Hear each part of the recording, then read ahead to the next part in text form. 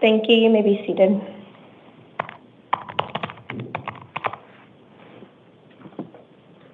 Good morning. This is the time set for the 2 a.m. initial appearance calendar on October 21st, 2025. The court's orders for the taking of DNA and fingerprints that were given on the first calendar of this month shall apply to all matters on this calendar. I'll call you each one at a time, and I will let you know what you are here for, if I have appointed an attorney, if you have a bond, and what your release conditions are. If we could start with Pedro Denga to the podium and Rashidi French to the chair.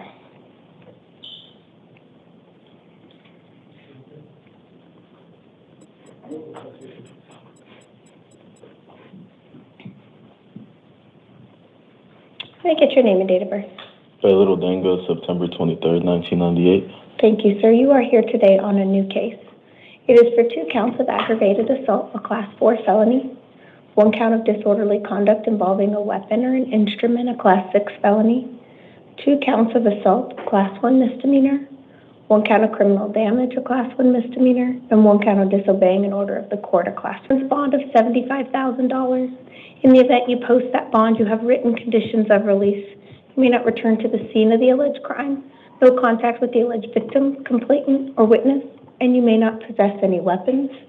All of this information will be in your paperwork. Did you have any questions, sir? Yeah, how would I post a bond? Could it be like a property bond? So it is a secured appearance bond, meaning you can contact bail bonding companies. They'll typically 10% plus collateral. When you get to the next step, the officers are going to give you those instructions and access to a phone, and you can call multiple bail bonding companies to see what terms and conditions they would offer. Anything further? So when would I get an attorney? So I've appointed an attorney, and you'll meet that attorney at your next hearing on October 27th at 8:30 in the morning. All right. Okay, if you'll step to your left, the officer will get you that paperwork. Thank you, sir.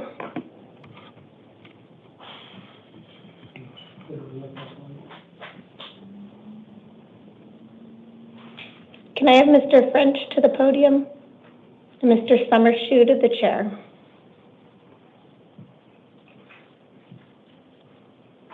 Can I get your name and date of birth? Rashidi French, 12/21/1979. And sir, how do you spell your last name? French with 2 F's, F-F-R-E-N-C-H. Thank you, sir. Can we correct case number 9? All right, sir, it does look like you are here on 3 cases. It does look like the first one is a new case, and the other one are your probation cases. Your new charge is for 1 count of dangerous drugs for sale, a Class 2 felony. It does have an offense date of April 22nd, 2025. And then because you're on probation, when you're picked up for a new offense, it is a Term 1 violation of your probation. I am finding probable cause and appointing an attorney to represent you. You're going to have some hearings coming up. You're going to have a status conference on October 27th at 8:30, a probation revocation hearing October 28th at 8:30, and a preliminary hearing October 30th at 8:30. On your new charges, you have a cash bond of $1,500. On your probation cases, you have a secured appearance bond of $500. So your total bond is $2,500. In the event you post that bond, you do have written conditions of release. You may not possess weapons or alcohol, and you must contact your probation officer within 72 hours of release. All of this will be in your paperwork, sir. Did you have any questions?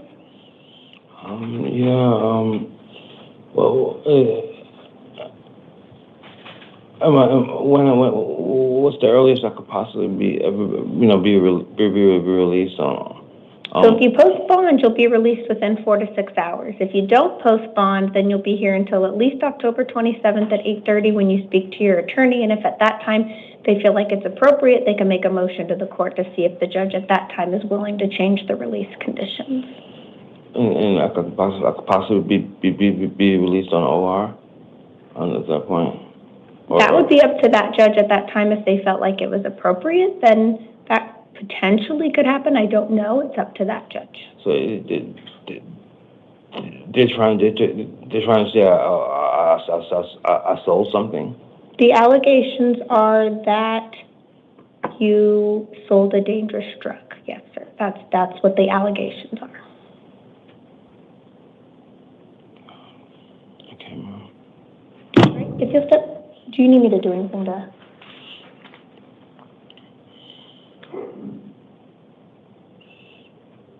Okay, so just leave it as regular? Okay. All right. So then they can give them the paperwork as printed? Okay. All right. If you'll step to your left, the officers will give you that paperwork, okay? You're saying like when did I do this?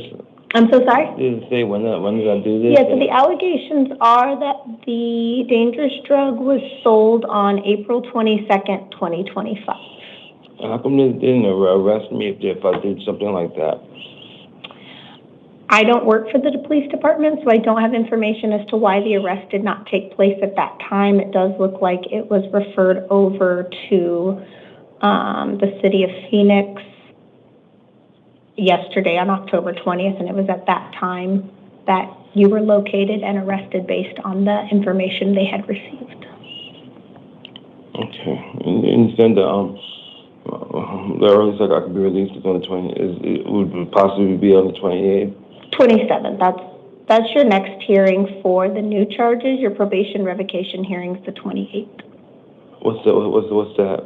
The probation revocation. So you're currently on probation in two cases, and because you were picked up for a new offense, they could revoke your probation on those cases, but they will discuss that with you at the hearing on October 28th, and they may be able to finalize that case, or they may have to set future hearings depending on what you and your attorney decide to do.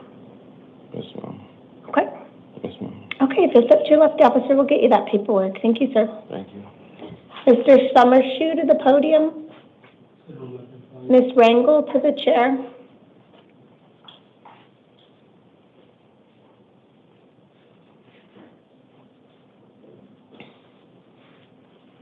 May I get your name and date of birth?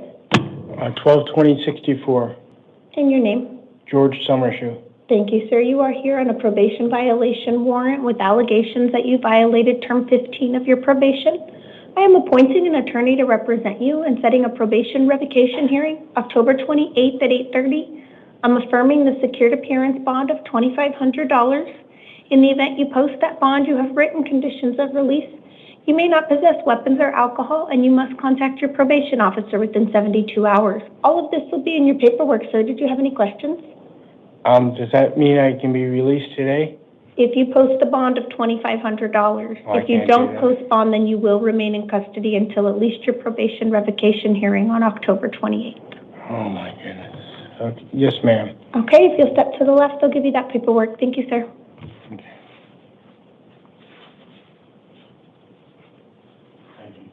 Ms. Rangel to the podium, Mr. Snyder to the chair.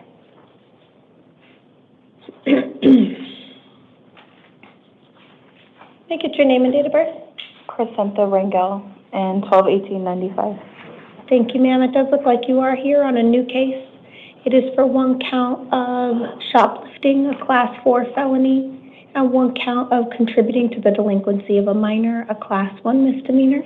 Probable cause has been found, and I'm appointing an attorney to represent you. You're going to have a status conference October 27th at 8:30. And a preliminary hearing October 30th at 8:30. Those are both going to be in the downtown Superior Courthouse. You have a secured appearance bond of $1,000. In the event you post that bond, you do have written conditions of release. You can't return to the scene of the alleged crime and no contact with any alleged victims. All of that will be in your paperwork. Did you have any questions, ma'am?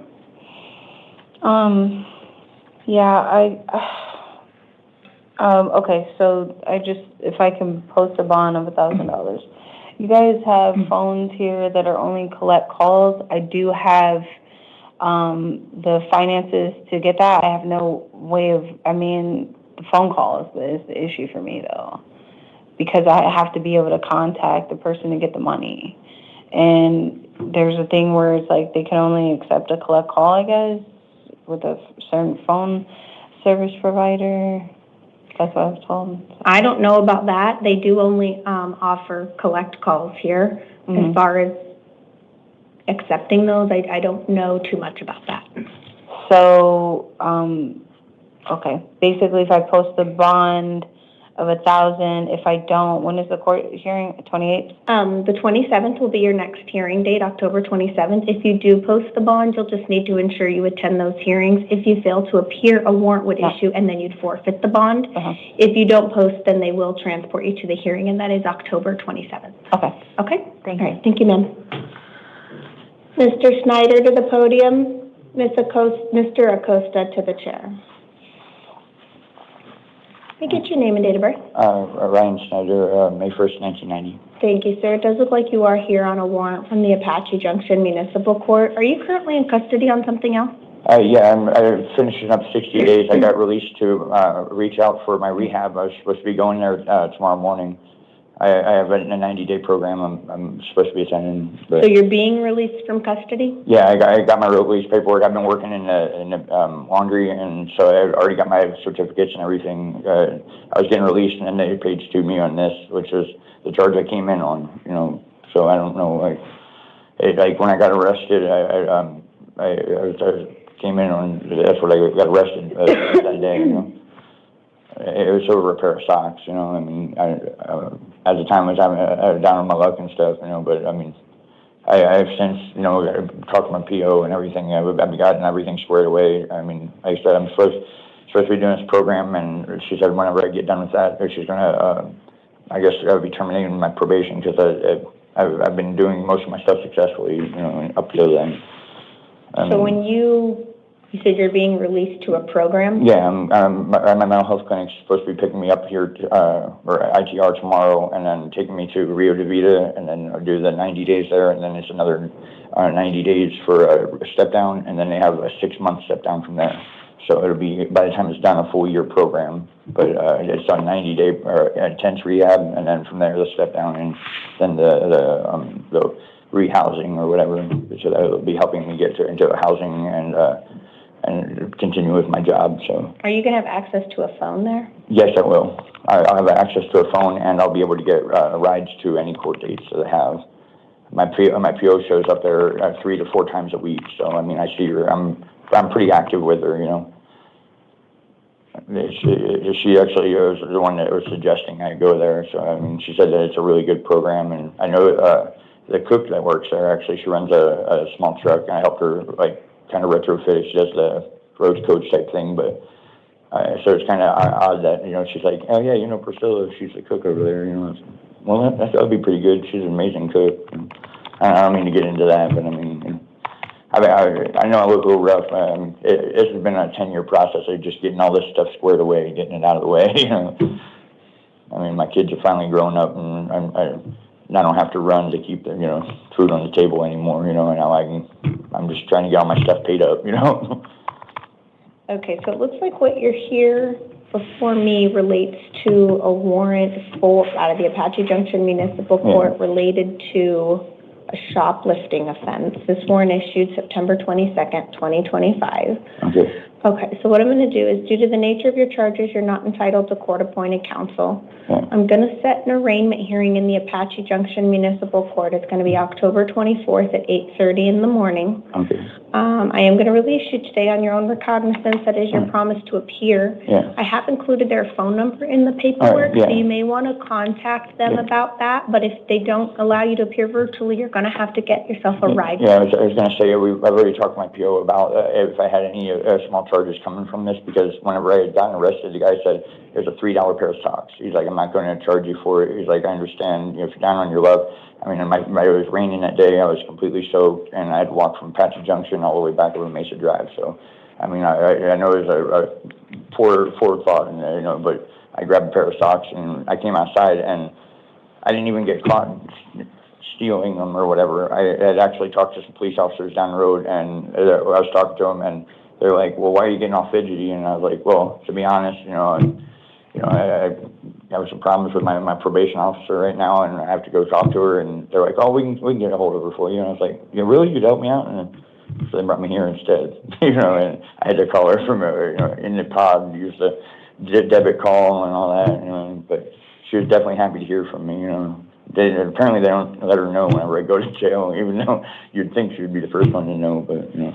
Okay, so I mean, as of right now, you have the warrant. It's obviously being quashed because I'm seeing you and I'm giving you that hearing date, but you still just need to contact them, what they charged you with, and what it relates to, and then make sure you just get that I'm handled. sure I'll get time served. Like I said, I just did 60 days, so I did one a few years ago. I went to Mesa, and I had 2 trespassing charges, and they're like, I don't even know why you brought you over here, you know, we should have just quashed them in the first place. Because, I mean, time served, I mean, I did 60 days working as 2 for 1 or whatever, but, I mean, I didn't get the 2 for 1, but that's what my PO is saying. We're just gonna fight and tell them that, you know, you're good, and, you know, she's pretty happy with me right now, so, I mean, it's kind of weird saying I have a PO that's happy with me, but I mean, like, you know, I'm off in, January, I think, January 30th, so. Okay. Yeah, I mean, it's been, I mean, since I was 14 years old, I've been on probation, 35, so, I mean, I'm actually, like, finally getting to that step that I'm done doing all this stuff, you know? That's great. That's cool that you're ORing me. I mean, that's the first OR I've had in a long time, you know? All right, well, I hope you attend that hearing, and I hope you get off of probation soon. Oh, yeah, I will. I mean, one step at a time. Thank you, sir. I appreciate it. You could just walk to the officers. Oh, thank you. Mr. Acosta to the podium and Mr. Ortiz, or Miss Ortiz to the chair.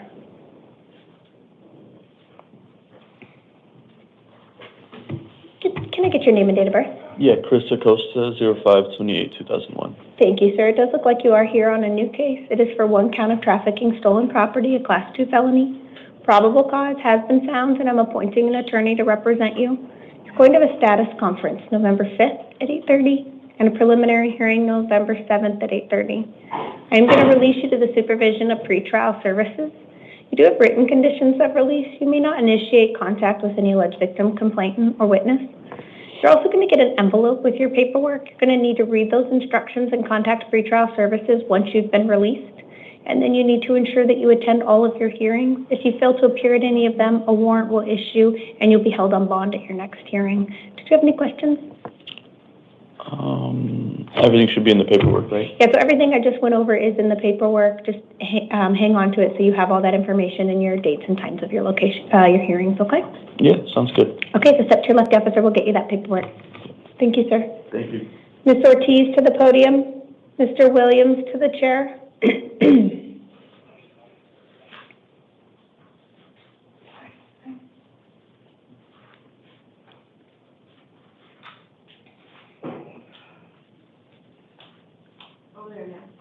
Stand at the podium. Consuelo Ortiz, 12/15/68. Thank you, ma'am. You are here today on a new case. It is for 1 count of shoplifting, removal of goods, a Class 1 misdemeanor.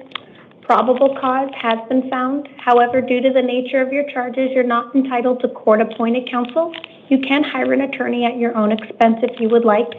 You're going to have a hearing in the Goodyear Municipal Court on November 5th at 1 p.m. I am going to release you today on your own recognizance. That is your promise to appear at that hearing.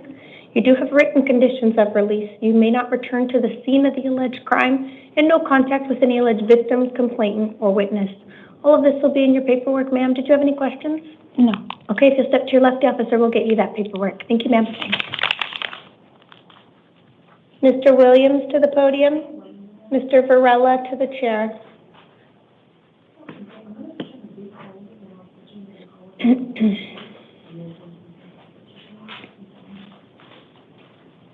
May I get your name and date of birth? Aaron Scott Christensen Williams, May 23rd, 1990. Thank you, sir. You are here today on a new case. It is for 1 count of dangerous drug possession, a Class 4 felony, and 1 count of drug paraphernalia possession, a Class 6 felony. For purposes of today's hearing only, I'm not finding probable cause for the dangerous drug possession. It does not mean the charge is dismissed. They may test that substance and move forward. I'm finding probable cause for the drug paraphernalia and appointing you an attorney. You will have a status conference November 5th at 8:30 and a preliminary hearing November 7th at 8:30. I'm going to release you today on your own recognizance. That is your promise to appear. You do have written conditions of release. You may not possess drugs without a valid prescription, and you may not drive a motor vehicle without a valid driver's license. All of that will be in your paperwork. Did you have any questions? No, Your Honor, and I appreciate you, Your Honor. Thank you, sir. If you'll step to your left, they'll get you that paperwork. Thank you. Mr. Varela to the podium. Alex to the chair.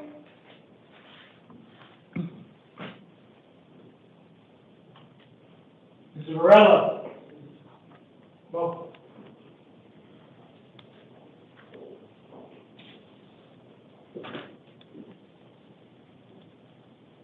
Can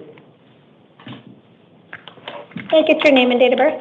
Ismael Herrera, September 1990. Can you stand behind the podium, sir? It looks like you're here today on a new case. It is for one count of criminal trespass, a Class 3 misdemeanor. Probable cause has been found. However, due to the nature of your charges, you're not entitled to court-appointed counsel. You're going to have an arraignment hearing November 10th at 10:30 in the morning at the Agua Fria Justice Court. I'm going to release you today on your own recognizance. That is your promise to appear. You do have written conditions of release. You may not return to the scene of the alleged crime, and you may not contact any alleged victim, complainant, or witness. All of this will be in your paperwork. Did you have any questions? Yes, miss. Okay, so step to your left. The officer will get you that paperwork. Thank you, sir. Thank you, miss. Have yourself a good day. Can I have Alex to the podium? Good morning. Do I have an interpreter on the line? Yes, the interpreter is on the line. Her name is Angelica. Her ID number is 82197319. Thank you, ma'am. I do have one case. Are you ready to begin? Yes, I am. Good morning, sir. May I Can I please get your introduce name and myself? date of birth? Yes, please do. Habari za leo, mimi naitwa Angelica, nitakuwa mkalimani wako. Tafadhali naomba jina lako kamili na tarehe yako ya kuzaliwa. Good morning, sir. May I please get your name and date of birth? Habari za asubuhi, naomba jina lako kamili na tarehe ya kuzaliwa. Alex Mwangiboro. Nilizaliwa Tarehe ya mwaka kuzaliwa 17th January 1979.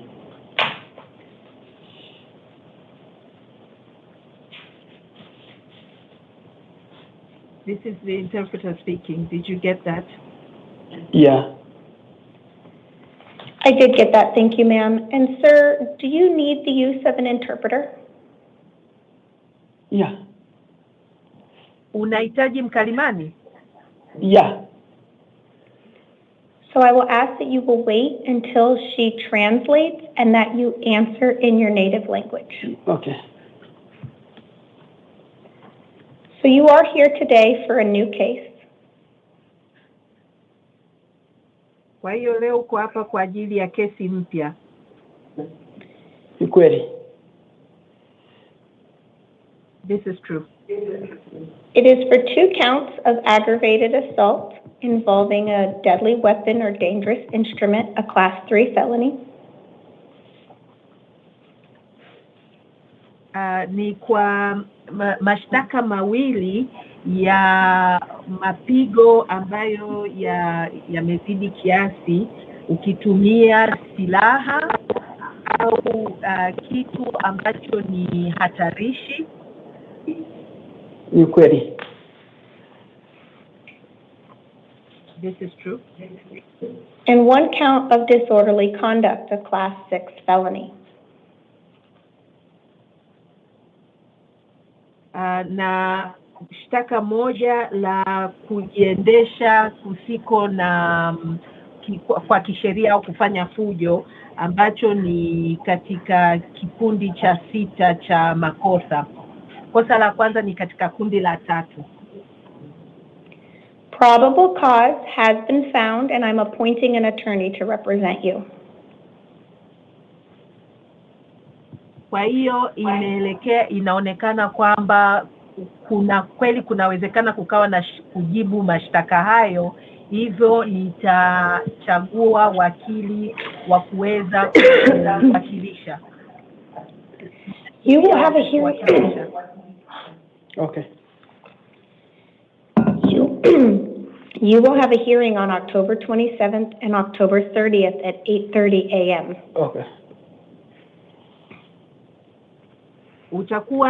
Utakuja kusikiliza shtaka mwezi wa 10 tariki 22 na mwezi wa 10 tariki 30 saa 2:30. You have a secured appearance bond in the amount of $50,000. Umeweza kukamilisha pesa za kuweza kutolewa rehani za $50,000. In the event you post your bond and are released from custody, you have written conditions of release. Kama ukiweza kufikisha hizi pesa na ukaruhusiwa kutoka rehani, kuna masharti ambayo yanaendana na wewe kutolewa jela kwa rehani. Some of these things include no contact with the alleged victim. Baadhi ya haya masharti ni kutokuwa na mawasiliano ya aina yoyote kabisa na mtu ambaye anakushtaki mnyonge. You cannot return to the scene of the crime or possess any weapons. Hauwezi kurudi kwenye sehemu tukio lilipotokea na wala hauruhusiwi kuwa na silaha ya aina yoyote. All of this will be in your paperwork. Did you have any questions? Haya yote yatakuwa katika makaratasi ambayo utapewa. Ulikuwa una maswali yoyote? Hapana. No. If you will step to your left, the officer will get you that paperwork. Okay. Ukienda kushoto, afisa atakupatia makaratasi hayo. And that does conclude our only interpreter matter this morning. I do appreciate your assistance. Feel free to disconnect at your convenience. Thank you for using our services and for appreciating me. Goodbye. Our remaining cases will proceed as house calls due to being a danger to self or others or not following orders. Case number 1, China Baguette, date of birth July 3rd, 1988, is here on a new case for 1 count of aggravated assault, a Class 5 felony, 1 count of resisting arrest, Class 6 felony, and 1 count of shoplifting removal of goods, a Class 1 misdemeanor. For purposes of today's hearing only, I am not finding probable cause for the shoplifting charge, but I am finding probable cause for the other 2. I'm appointing an attorney and setting a status conference October 27th at 8:30 and a preliminary hearing October 30th at 8:30.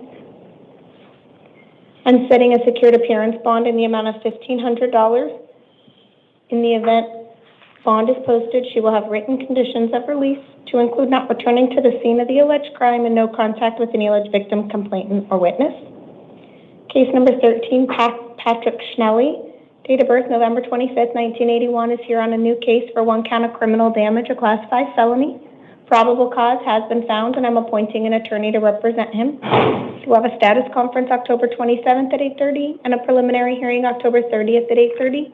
He has a secured appearance bond in the amount of $500. In the event that bond is posted, he has written conditions of release to include not returning to the scene of the crime, no contact with any alleged victim, complainant, or witness, and he may not possess any weapons. Case number 11, Sean Devajian, date of birth October 28th, 1981, is here on a probation violation warrant with allegations he violated terms 4, 7, and 15. I am appointing an attorney and setting a probation revocation hearing October 28th at 8:30. I'm affirming the secured appearance bond of $250. In the event bond is posted, he has written conditions of release to include not possessing weapons or alcohol and contacting his probation officer within 72 hours of release. Case number 3, 4, and 5 are all for Vincent Ramirez, date of birth August 23rd, 1988. He is here on 3 cases, 1 new case and 2 probation cases. His new case is for 1 count of dangerous drug possession, 1 count of narcotic drug possession, both Class 4 felonies, and 1 count of drug paraphernalia possession, a Class 6 felony, and 1 count of obstruction or refusal to provide a true name, Class 2 misdemeanor. For purposes of today's hearing only, I am not finding probable cause for the dangerous drugs, narcotic drugs, or drug paraphernalia. I am finding probable cause for the last charge. I'm appointing an attorney and setting a status conference October 27th at 8:30 and a preliminary hearing October 30th at 8:30. He has a secured appearance bond of $50 in this case. His 2 other cases are probation violation warrants that issued with allegations he has violated terms 3 and 5. I'm appointing an attorney and setting a probation revocation hearing October 28th at 8:30 and affirming the bond of $100 in each case. That's a total bond of $250 for his 3 cases. In the event bond is posted, he has written conditions of release. He may not possess weapons or alcohol, and he must contact his probation officer within 72 hours of release. If anything changes after I meet with these parties, I will update the written record. This does conclude our 2 a.m. calendar, and we will stand in recess until 5 a.m.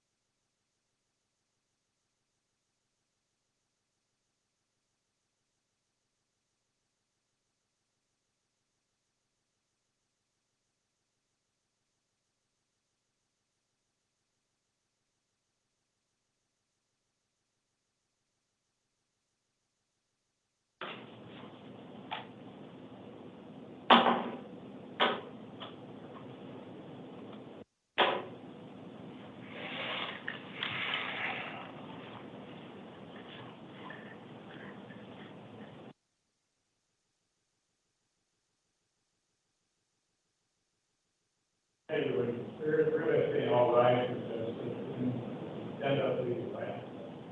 Sometimes I'll make it keep you up. Just stand up. Thank you.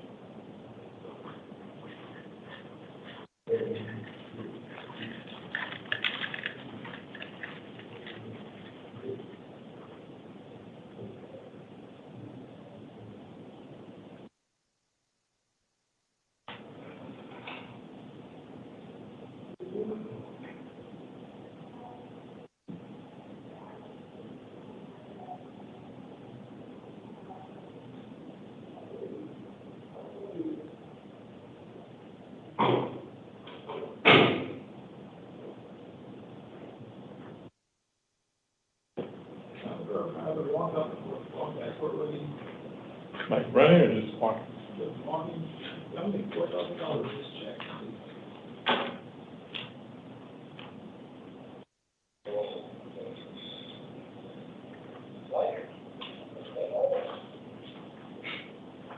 Who's that there?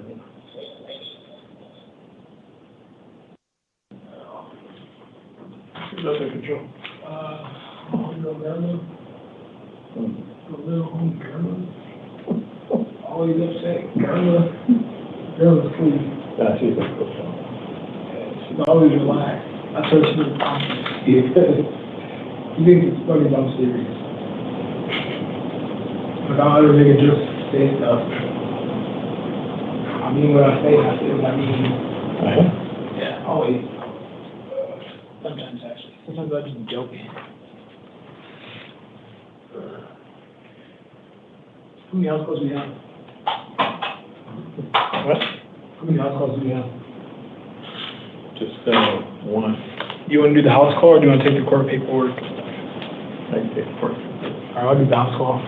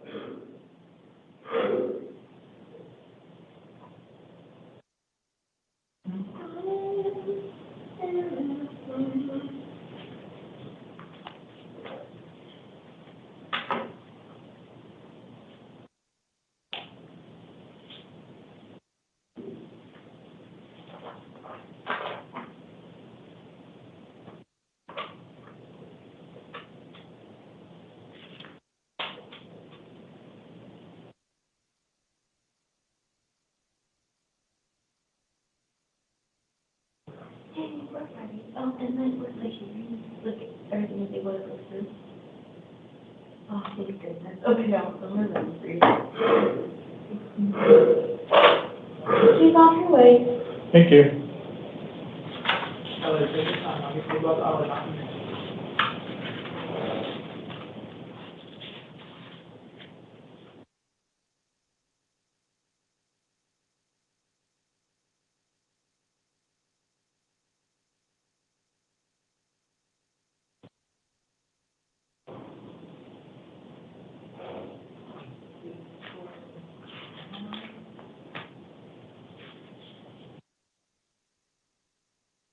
All right.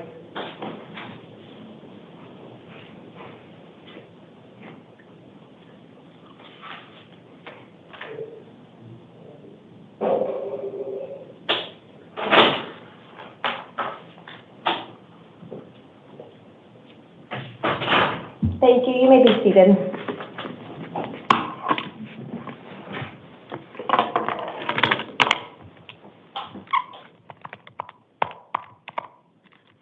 Good morning. This is the time set for the 5 a.m. initial appearance calendar on October 21st, 2025. The court's orders for the taking of DNA and fingerprints that were given on the first calendar of this month shall apply to all matters on this calendar. I'll call you each one at a time to the podium.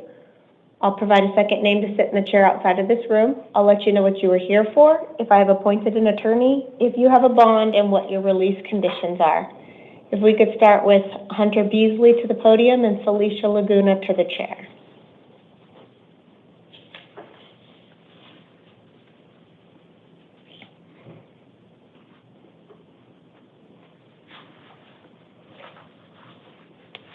Good morning. May I get your name and date of birth? Hunter Beasley, 10-10-07. Thank you, sir. It does look like you are here on a grand jury warrant. It does have an offense date of June 22nd, 2025. It is for one count of theft means of transportation, a Class 3 felony, one count of unlawful flight from a law enforcement vehicle, a Class 5 felony, one count of leaving the scene of an accident, a Class 1 misdemeanor, and one count of criminal damage, a Class 2 misdemeanor. I am appointing an attorney to represent you, and you're going to have an arraignment hearing October 28th at 8:30 in the morning, and then you're also going to have an evidentiary hearing October 28th at 1:30 in the afternoon. It looks like at the time of this offense, you were out on felony release for a different case that you had pending, and because of that, you're not eligible for bond on this case. The hearing set at 1:30 on October 28th is the time set to determine if bond will be set on these new charges. All of this will be in your paperwork. Did you have any questions? No, ma'am. Okay, if you'll step to your left, the officer will get you that paperwork. Ms. Laguna to the podium, Ms. Gordon to the chair.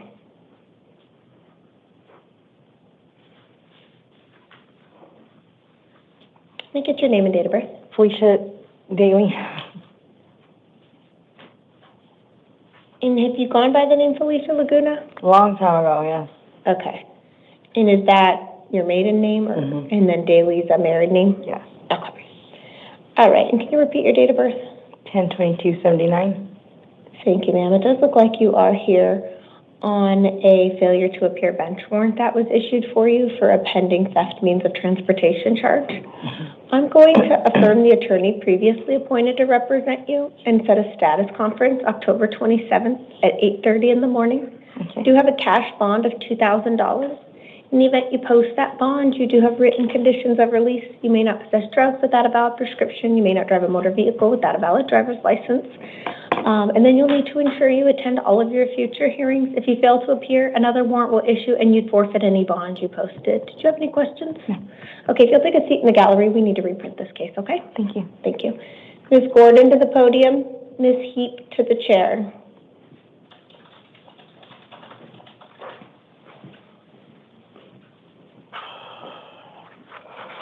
Can I get your name and date of birth?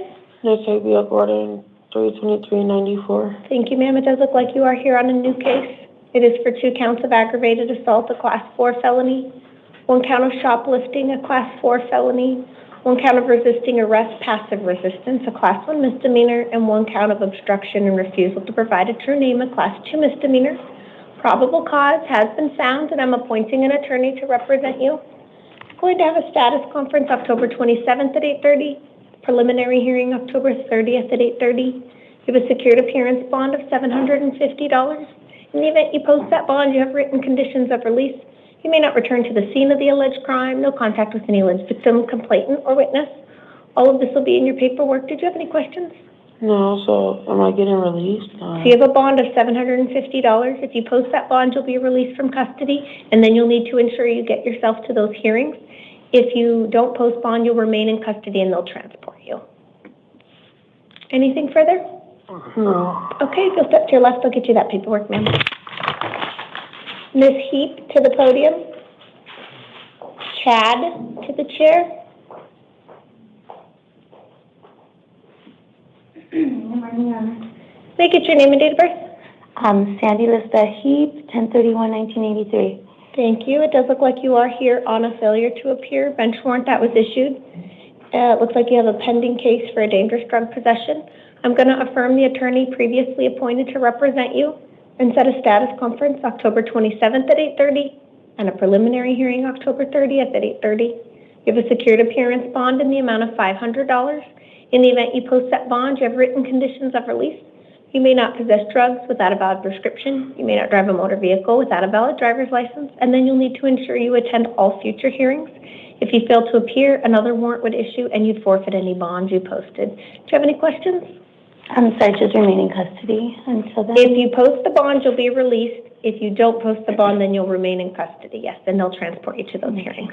Thank you very much, Sharon. All right, thank you, ma'am. If you'll step to your left, I'll get you that. I've actually wanted to do Crossroads, the program, so I can just go from there to sober living to eventually housing. So that's one thing I did want to do. Okay, so we can't do that here today, but you can talk to your attorney about that at the status conference. Okay, thank you very much. Thank you, ma'am. Chad to the podium and Curtis to the chair.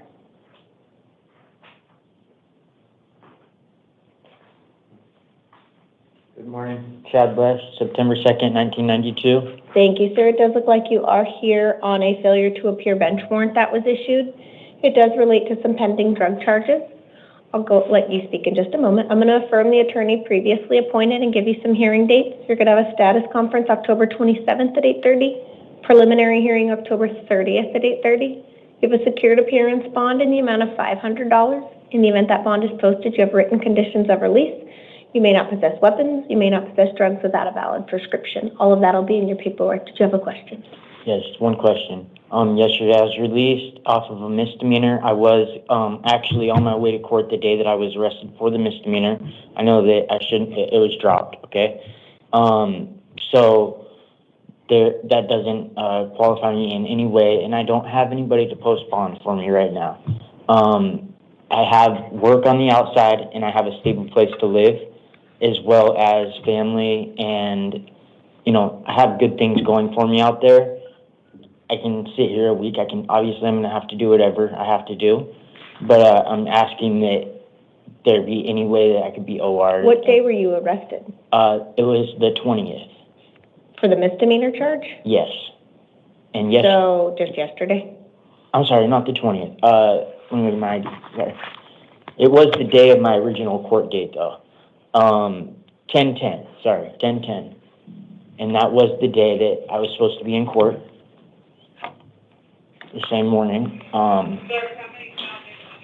the misdemeanor was dropped yesterday, and this was at page 2 now, so. So you were supposed to be in court on October 9th.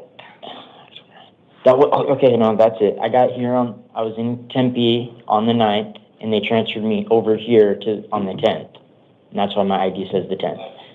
So it was literally the day for misdemeanor shoplifting, which was dropped yesterday. I've been in court for like 20 hours, kind of waiting and holding tanks and everything. So today's October 21st, so you've been here for over a week? Yes.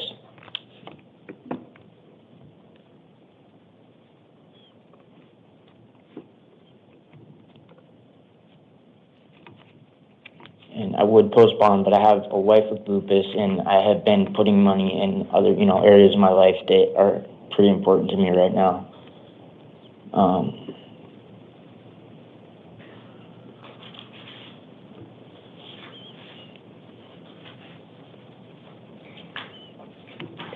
Officer, are you able to verify that he was in custody on October 9th? I'd have to look it up. Okay, it's not like on the door card or anything? It says the 10th, and I was in Tempe jail the day before. It took a day to get over here, obviously, because I had to see the judge. So this does say the date, the 10th. Is that something that's issued through ITR? Yeah. It does say the 10th on there. Okay, thank you. I had every intention to be here. I don't want to be a failure to appear. I don't want to be a flight risk or anything like that. You know what I mean? I'm trying to take care of my priorities in my business, regardless of how this goes right now.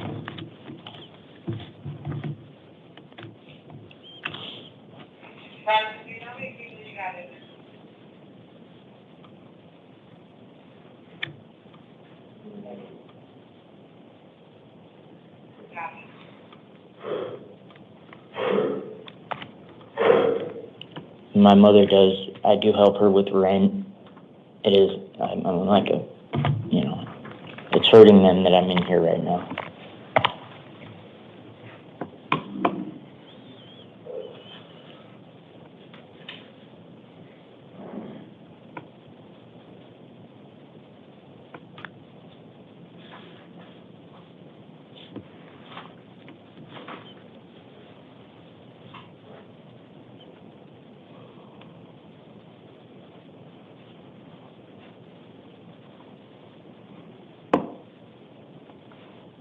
Are you aware that you have another case that's pending with a hearing date on November 10th?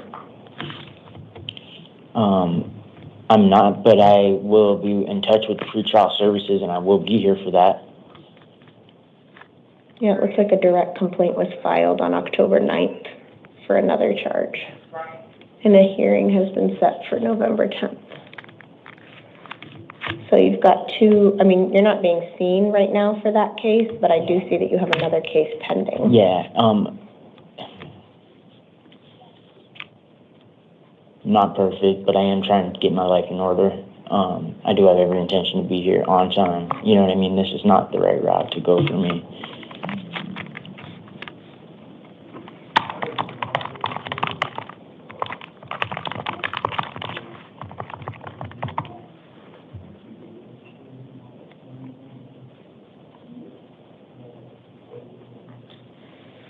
Okay, so I'm going to give you different hearing dates. You're going to have a hearing date of November 5th at 8:30 and November 7th at 8:30. This is on the case that you're going to get paperwork from me right now. Okay. But then you need to check into your other case because you have another hearing on new charges on November 10th. Not what you're seeing me for, but I do see that new charges were filed against you. Okay. Let's see. This was something about 6 months ago, wasn't it? Let's see.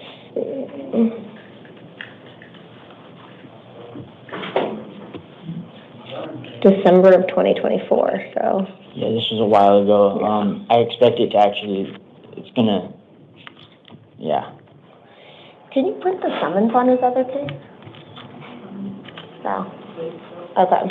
I can only see what's already currently on the docket, but anything that has. Okay. All right, so just know that you have the other case. Make sure you look it up. The hearing date's November 10th, okay? Of course. All right, if you'll take a seat in the gallery, they'll bring you your updated paper. Well, I'm going to release you since you were in custody, but you need to make sure you attend those hearings. If you fail to appear, a warrant will issue, and then you have release conditions in your paperwork, which does include not possessing drugs without a valid prescription, okay? Your Honor, I appreciate that, and I will be here for every court date. Thank you, sir. Thank you. Can I have Curtis Jeffries to the podium and Matthew Elwell to the chair?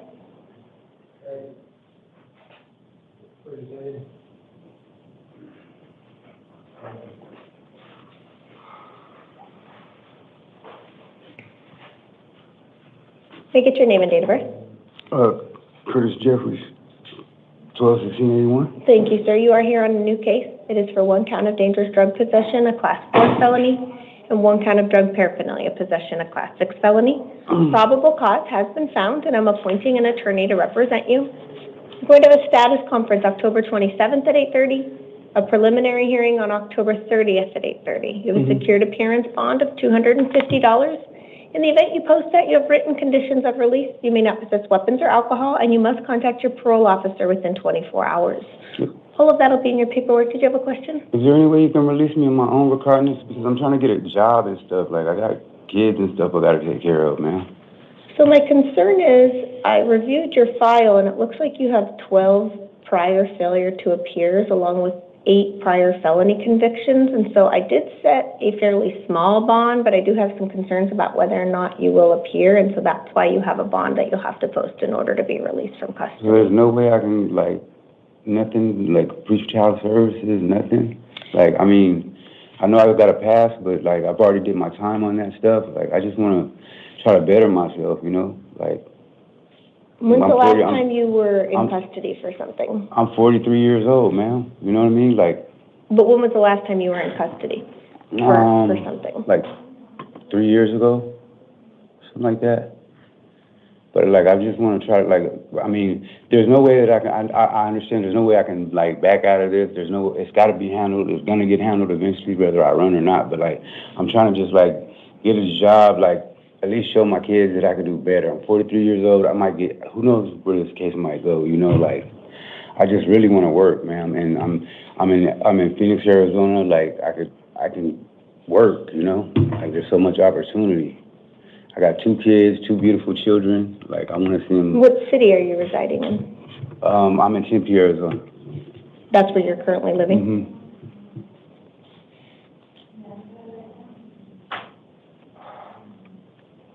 I just want to really, I just want to do better, you know? Like,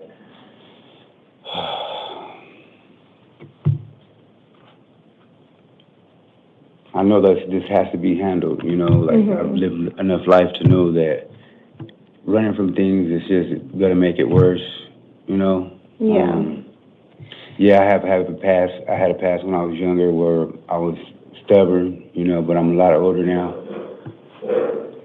So it does look like the allegations do include you attempting to elude the police and run today or yesterday. No, I wasn't trying to run. I backed up, and because I didn't know what was going on when he pulled up. He pulled up in an undercover car. Like, I didn't know what the hell. And when he pulled up kind of fast, you know, like, I didn't know, like. Well, I do see he said he was initially you responded and sat back down, but then it says when they attempted to arrest you, you began running southbound on the canal. No, because the way he did it, he didn't say, hey, Mr. Jeffries, you're under arrest. Like, and he just, like, ran to grab me, like, and I didn't know, like, what was going on, you know what I mean? I'm sitting there, like, I didn't even know that he was a cop at first when he first pulled up until he got out. But, like I said, ma'am, if I have to face this case, I'll face it. But I'm not trying to, like, run from it. Like I said, I lived enough life to know that running ain't gonna get me nowhere. But another case.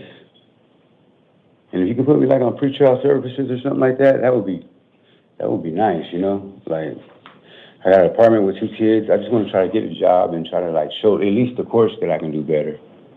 Probably get some probation at the end, if anything, you know? But to sit around and do nothing, it's just like I live enough Officer, life. do you see, does the parole have a hold on him? I can't tell from what I have, Miss. Okay. They don't. I don't see anything on there that says that. They don't, ma'am.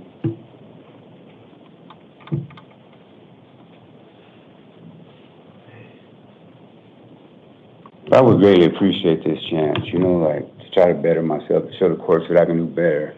We're not going to release you without either a bond or an ankle monitor. Again, everything I read, you know, I definitely have some concerns as to whether or not you're going to appear, so. No, I definitely, ma'am, I can give you my word that So I'm your gonna appear. options are a bond or ankle monitor, but I'm not going to release you directly to pretrial services without an ankle monitor. I guess an ankle monitor will work.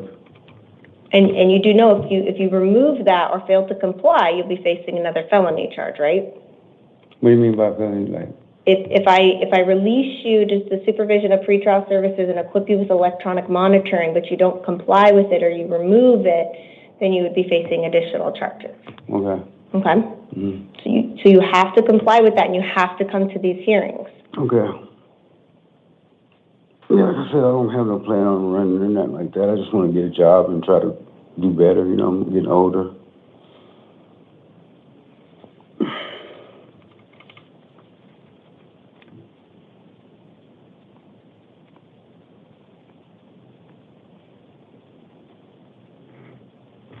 Okay, so that changes your hearing date to November 5th and November 7th, but before you're released from custody, you're going to be given information for the supervision of pretrial services and you'll be equipped with electronic monitoring, and then you need to ensure that you attend these hearings, okay? How long would that take? I mean, typical processing, just to get out of custody is 4 to 6 hours. Adding in ankle monitoring, I don't know. All right, okay, Okay? thank you, ma'am. All right, take a seat Appreciate in the gallery and they'll bring you your paperwork. Matthew Elwell to the podium and Tony Spinks to the chair. Where are you on this? May I get your name and date of birth? Matthew Elwell, 8178. Thank you, sir. You are here on a probation violation warrant with allegations you violated terms 3 and 5. I'm appointing an attorney and setting a probation revocation hearing October 28th at 8:30. I'm going to release you today on your own recognizance at your promise to appear. It is subject to the supervision of the Adult Probation Department. Yes, ma'am. You have written conditions of release. You may not possess weapons or alcohol, and you must contact your probation officer within 72 hours of release from custody. Okay. Any questions, sir? No. All right, make sure you attend this hearing. If you fail to appear, a warrant will issue, and you will be held on bond at your next hearing, okay? I will. Thank you. All right, thank you, sir. Have a good morning. Tony Spinks to the podium and Victoria Eccles to the chair. May I get your name and date of birth? Tony Spinks, 4793. Thank you, ma'am. You are here today on a new case. It is for 1 count of disorderly conduct, a Class 1 misdemeanor, and 1 count of assault, Class 3 misdemeanor. Probable cause has been found. However, due to the nature of your charges, you're not entitled to court-appointed counsel. You're going to have an arraignment hearing November 18th at 1:30. That's going to take place in the Surprise Municipal Court. I'm going to release you today on your own recognizance. That is your promise to appear. However, you need to very carefully read your release conditions. You do have an alleged victim in this case, and you may not have any uninvited contact with that alleged victim. So if that victim does not consent to contact, you may not contact them. If you live with the alleged victim and they do not consent to contact, you have to find an alternative residence. You may contact law enforcement for 1 civil standby to collect any personal belongings if they do not consent to the contact and you live with them, okay? All of these instructions will be in your paperwork. Do you have a question? Yes, I do. So I was assaulted by my husband, and I was defending myself because last week he knocked me out and made me go unconscious into a seizure. It's all on documentations with my doctor and everything. Me, my doctor, and my sister is trying to get me a plan to get out this situation, this house. Yesterday night, I asked for a divorce, and I was provoked today. He lunged at me, and out of fear, I bit like his lip because he was that close to me. I didn't try to fight or anything. I've been very sick for the last 3 months. I've lost my job, my everything, and he's been very abusive and just so mean to me because he has to take care of me now. This is my house, my Section 8. I fought to get to where I'm at. Like, tomorrow I have a EKG I have to be to, so I can be in there for the next 3 days, but this is my house. And he's took everything from me and my kids already.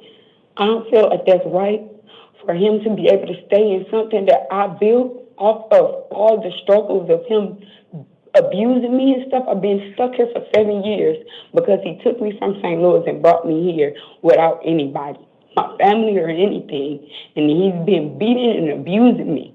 And I'm pretty sure if you look up both of our names, you guys will see that on the thing to show that I've been trying to get help. I've been trying to get help. And for the last 3 months, he's just been abusing me. And I fought back this time, and I really didn't fight back. I just bit. I didn't even fight back. And all of this none of this is my fault. I tried to de-escalate the situation and everything. So I don't know what the situation is as far as whether or not he's listed and able to be living there under the Section 8 circumstances. If he is able to live there, unfortunately, you would still not be able to return even if you are the renter of that home. It sounds to me like it's probably not the best idea for you both to be there under the circumstances, so I don't want anybody getting hurt. If he's not there and not staying there, then you can go back, but it doesn't sound like it's a good idea for you both to be there. So if he is still there, then you may want to wait until you see what happens with this case on November 18th or talk to Section 8. I don't know what their rules are. I was going to ask you that I do know I can talk to Section 8 and get him off my lease. So if I do that, will I be able to go back home? Because I don't have nowhere to go besides the doctor for the rest of this week because I have to get an EKG on my brain and they want to do overnight because they're trying to figure out why I stay so bad. Are there children at home? Yes, I have 6 children. Okay, and are they home with your spouse? They're with him now, but he don't even be at home. I be at home all day, every day with my kids. I take them to school. I pick them up. I feed and clothe them. I do every single thing as a mother. I don't get no help, and it's a father in the household with me. If Section 8 says he can't be there, then you can return there. But I just don't want you guys in the same place. I wasn't going to go until I went to Section 8, and I was going to go get the divorce papers today, and if I could before my appointment, and try to talk to Section 8 while I was at the hospital. Because this is the second time he's done it. Do you have a way to easily contact Section 8? Like, do you have a contact number for them? Yes, I have the main number, my caseworker number.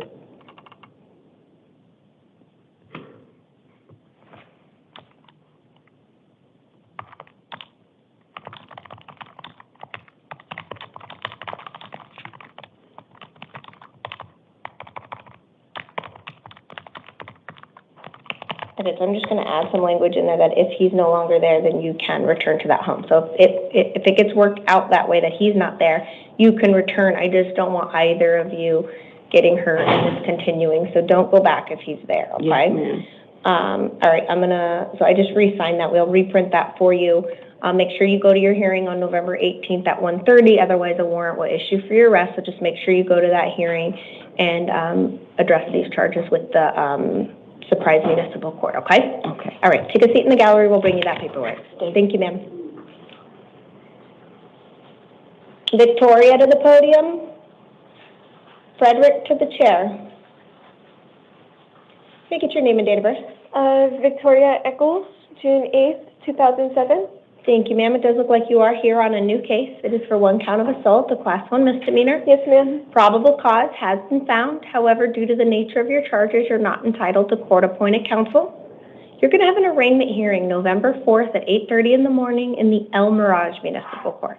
I'm going to release you today on your own recognizance at your promise to appear, but you do have written conditions of release. Some of those things include not returning to the scene of the alleged crime, no contact with any alleged victim, complainant, or witness. All of this will be in your paperwork. Did you have any questions, ma'am? No, that's fine. That's perfect, actually. Okay, all of that will be in your paperwork. If you'll step to your left, the officers will get that for you. Oh, thank you so much. Thank you, ma'am. Frederick to the podium. Stacy to the chair.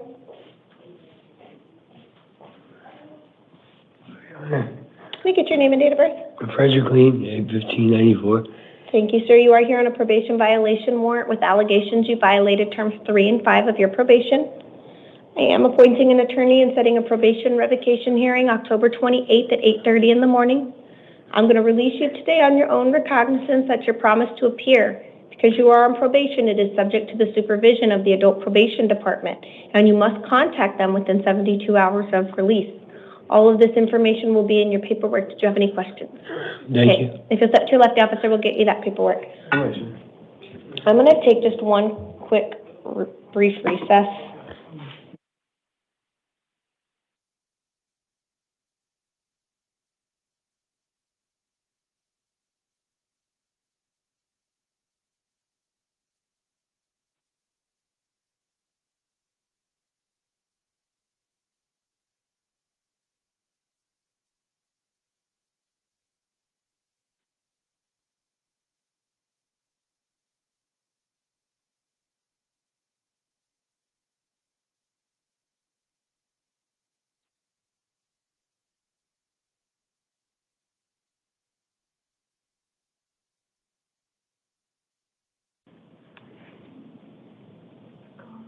All right, if I could have Stacy to the podium and Miss Payne to the chair. May I get your name and date of birth? Stacy Flores, kid 771. Thank you, ma'am. It does look like you are here on 2 cases. You've got a new case as well as a direct complaint that was filed. Your new charges are for 2 counts of dangerous drug possession, a Class 4 felony. Probable cause has been found, and I'm appointing an attorney to represent you. Your other case is for a direct complaint that was filed. It has an offense date of January 23rd, 2025. It is also for 1 count of dangerous drug possession, a Class 4 felony. Okay. And I'm going to appoint an attorney in that case as well. I'll give you an opportunity to speak at the end. Okay. You're going to have a status conference November 5th at 8:30 and a preliminary hearing November 7th at 8:30. That applies to both cases. Okay. I am going to release you today on your own recognizance. That is your promise to appear at those hearings. You do have written conditions of release. You may not possess drugs without a valid prescription. You may not drive a motor vehicle without a valid driver's license. And then you also need to ensure that you attend all of your hearings. If you fail to appear at any of them, a warrant will issue and you'll be held on bond at your next hearing. Did you have any questions? Okay, I do. The first case you mentioned? The new charges or the direct complaint from January? Yeah, that one. I was in Gilbert, and I went to jail and came right out of jail like within an hour, and I didn't get no paperwork, no court date, no nothing saying I'd had any type of court date at all. And then I'm so confused because how was I supposed to know I had a court date? Because I would never let myself get myself a warrant. If I left that day with no paperwork at all and saying I had any type of court to attend to in the future. So they mailed it to the address you provided, and it's certified mail, and you did not pick up your certified mail. And as a result of that, the warrant issued. Where was that address? What address would have you given them at that time? I don't remember. I gave my ID. If that's the case, then it went to an address that I don't remember. What city are you living in now? I live in Mesa. And are you in an apartment or a home? Actually, yesterday we were moving out of our apartment because of mold, and we had to be out by 5, so Mesa, and then me and my daughter are renting a room from a friend in Mesa, but I don't know the new address. So it was mailed to an apartment in Mesa. Okay. But like I said, it was certified, so it wouldn't just be in your mailbox. You would have to either be home when they delivered it, or they would leave you a note and you'd have to go pick it up, and nobody ever picked it up. And as a result of that, the warrant issued. So that's how you were going to be given notice was the mail, but because you didn't pick it up or you weren't available, as a result, the warrant issued. So you have that case from January and then your new charges.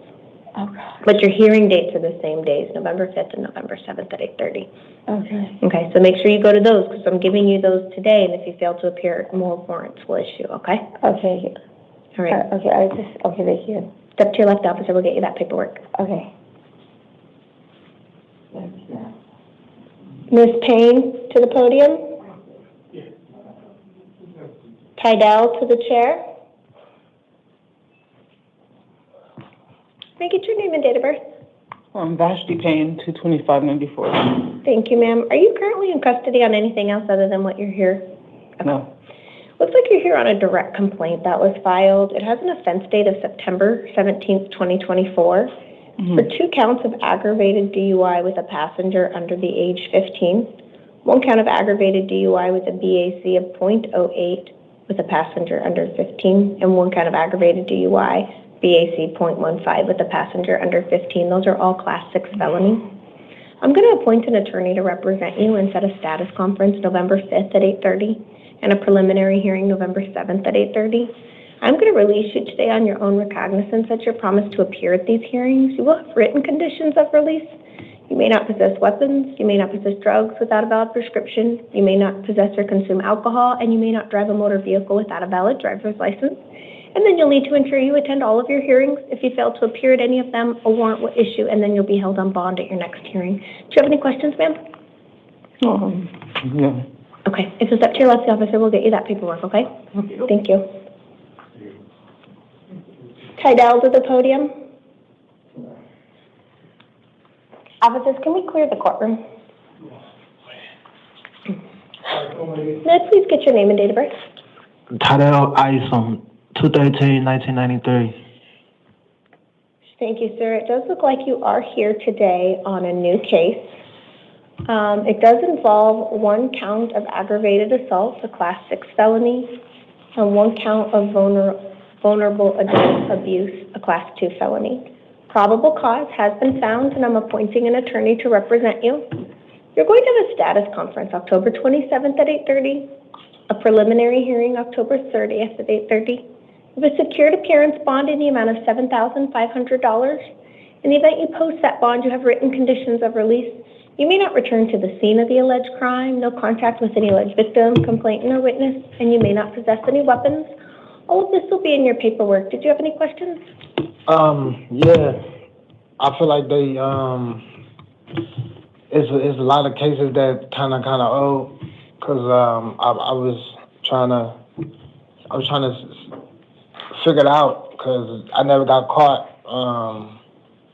It don't make sense to me getting charged for something that I never. I mean, they say assault, then they said I don't know the charges like that, so. It just don't. It's confusing because I never. Only thing thought I was here for was missing court. So that's not what you're here before me for. You may have some cases related to missing court, but that's not what you're here for.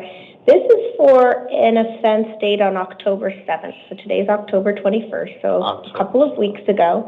There's allegations that you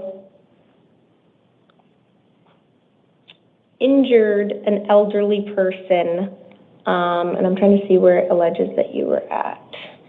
Somewhere in Phoenix on Glendale Avenue. Essentially that you intentionally injured an elderly man in Phoenix a couple of weeks ago. So that's what you're here right now for, is for that. As far as failing to appear for something, I'm unaware of that. It may be a city court issue. So what's the other charge? So they're related to the same incident. It's an aggravated assault, but then also because the alleged victim in this case is allegedly vulnerable, they allege that he is elderly as well as using a walker, that 2 charges resulted from 1 incident. Anything further, sir? No. Okay, just up to your left, the officer will get you. One more. What's the next court date? Your next court date is October 27th. October 27th. Okay. All right, thank you, sir. The remaining cases will proceed. Well, case number 11 I already completed due to him being in medical. Gregory Campbell, date of birth August 28th, 1996, is here on a direct complaint for an offense date of October 21st, 2024 for 1 count of narcotic drug possession, a Class 4 felony, 1 count of drug paraphernalia possession, a Class 6 felony, and 1 count of resisting arrest, a Class 6 felony. I appointed an attorney and set a status conference October 27th at 8:30 and a preliminary hearing October 30th at 8:30, and I affirm the secured appearance bond of $500. I did indicate that he has release conditions if he posts the bond. However, he is currently serving time on another case, and so I don't believe he will be posting bond, and he will talk to his attorney on October 27th. The last case, 6, 7, and 8, are for Sky Labaugh, date of birth October 31st, 1990. That will proceed as a house call due to being a danger to self. She is here on a new case as well as 2 probation cases. Her new case is for 1 count of dangerous drug possession, a Class 4 felony, 1 count of drug paraphernalia possession, a Class 6 felony, and 1 count of obstruction or refusal to provide a true name, a Class 2 misdemeanor. For purposes of today, I'm not finding probable cause for the drug charge or the drug paraphernalia. I am finding probable cause for the refusal to provide a true name. I'm appointing an attorney and setting a status conference October 27th at 8:30 and a preliminary hearing October 30th at 8:30. In this case, she will have a bond of $50. She also has 2 probation violation warrants with allegations she violated terms 3 and 5. I appointed an attorney and set a probation revocation hearing October 28th at 8:30. I'm affirming the bond of $1,000 in each case. So it's a total bond of $2,050. In the event those bonds are posted, she has written conditions of release. It does include not possessing weapons or alcohol and contacting her probation officer within 72 hours. If anything changes after I meet with her, I will update the written record. This does conclude our 5 a.m. calendar, and we will now stand in recess until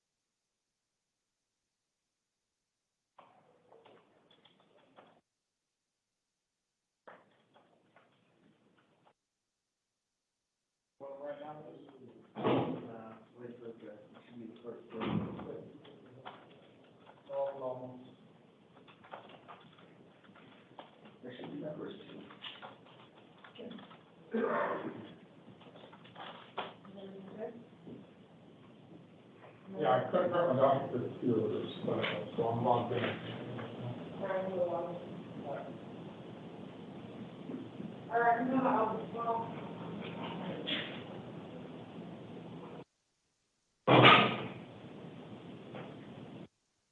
Which one's the start time?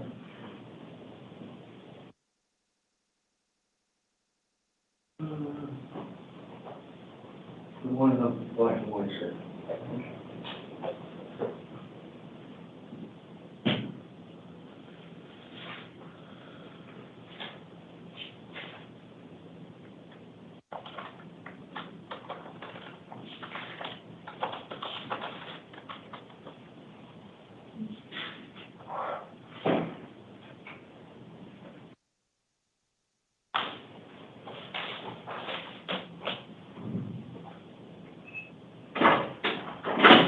All right. All right. Never mind. Awful lot, apparently, sorry, folks. Right. Good, woke everyone up, all good.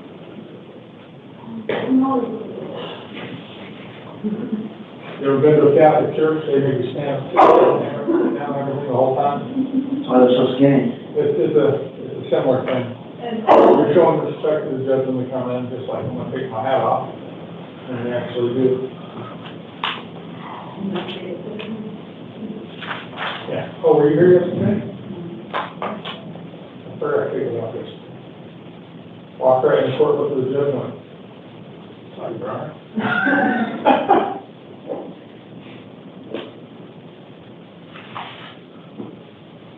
That might be her coming now. All right, so now that we have a practice run, we're going to do that again. Hopefully.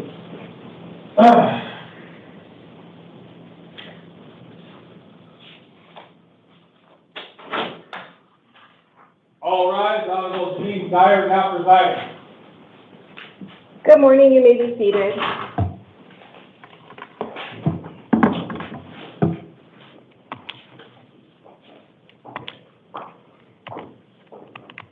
Is the interpreter able to hear me okay? Yes, Your Honor. Good morning. Good morning. So I would just... I believe there's two people, right? So it probably has to be in consecutive mode for the advisement. Okay. I was just going to ask if you would provide interpretation for the admonition as well.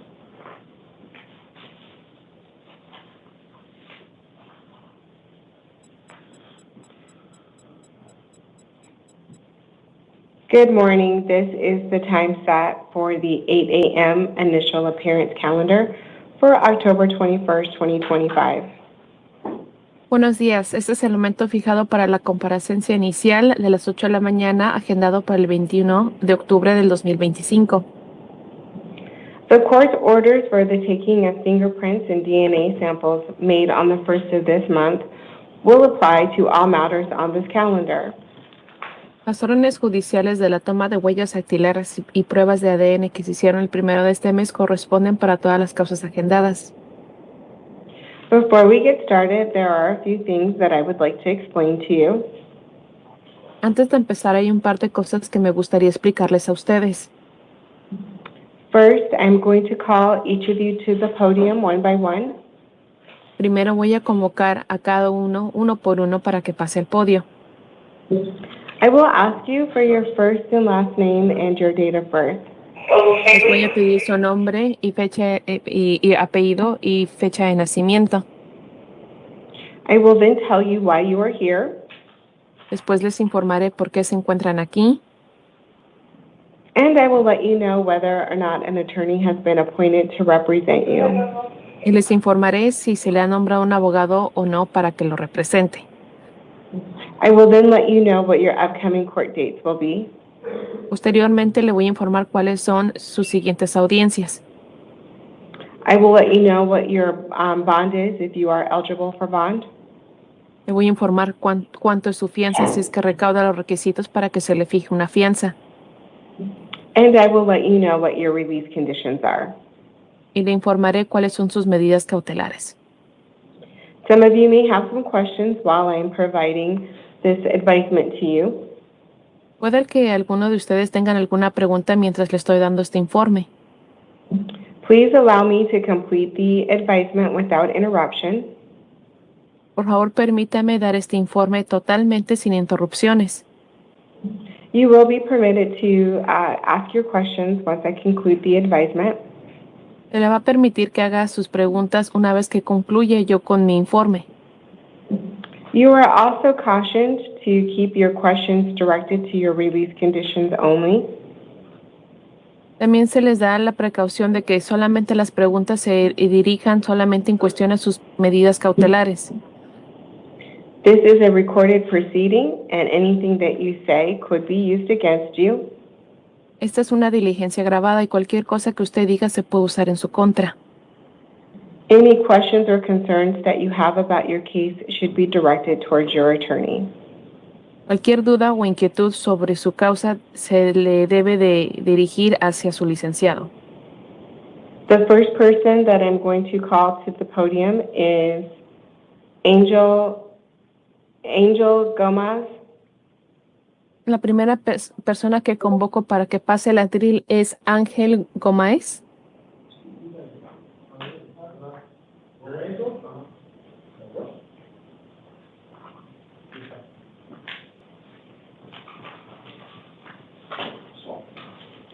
Sir, can you please state your first and last name and your date of birth?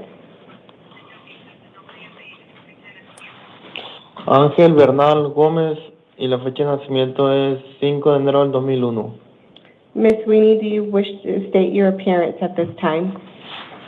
Yes, Your Honor. This is Liz Carmona, Zimmer Court Interpreter. And the name and date of birth is Bernal Gómez Angel, January 5th, 2001. Thank you. My apologies. Ms. Sweeney, do you wish to state your date of birth at this time? I mean, not your date. Okay, I'm starting over.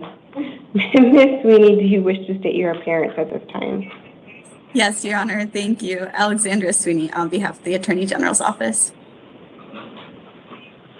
Mr. Gomez, you are here today on a new case. You were charged with one count of possession of dangerous drugs for sale, a Class 2 felony, one count of possession of dangerous drugs for transporting or selling them, a Class 2 felony, one count of conspiracy, a Class 2 felony, one count of illegally conducting an enterprise, a Class 3 felony, one count of possession of a weapon by a prohibited person, a Class 4 felony, and one count of possession of a weapon during a drug offense.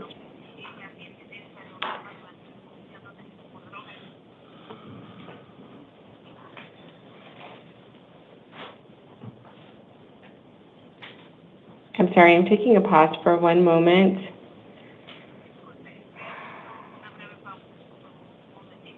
Okay. I did find probable cause as to all of the charges, and I did appoint an attorney to represent you. You will have a status conference hearing on October 27th at 8:30 and a preliminary hearing on October 30th at 8:30. Ms. Sweeney, do you want to be heard on recommendations as well as making a record? Yes, Your Honor, thank you. I did submit a recommendation requesting a $100,000 cash bond. I reviewed the Form 4 that the detective submitted. I did speak with them yesterday. They left out a few things that I think are important for the court to consider. They did complete an additional buy from the defendant that they did not list in the Form 4 for 5 pounds of meth a couple of weeks ago. And at that buy, he also offered to sell them fentanyl powder and fentanyl pills. They were small amounts, samples, and they had hoped to purchase that from the defendant yesterday as well.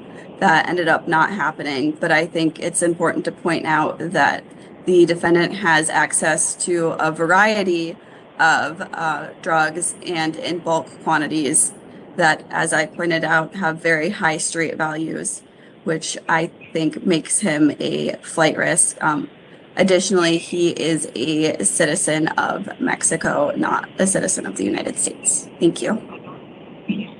Thank you. I did review the recommendations of the state prior to the hearing, as well as the defendant's criminal history.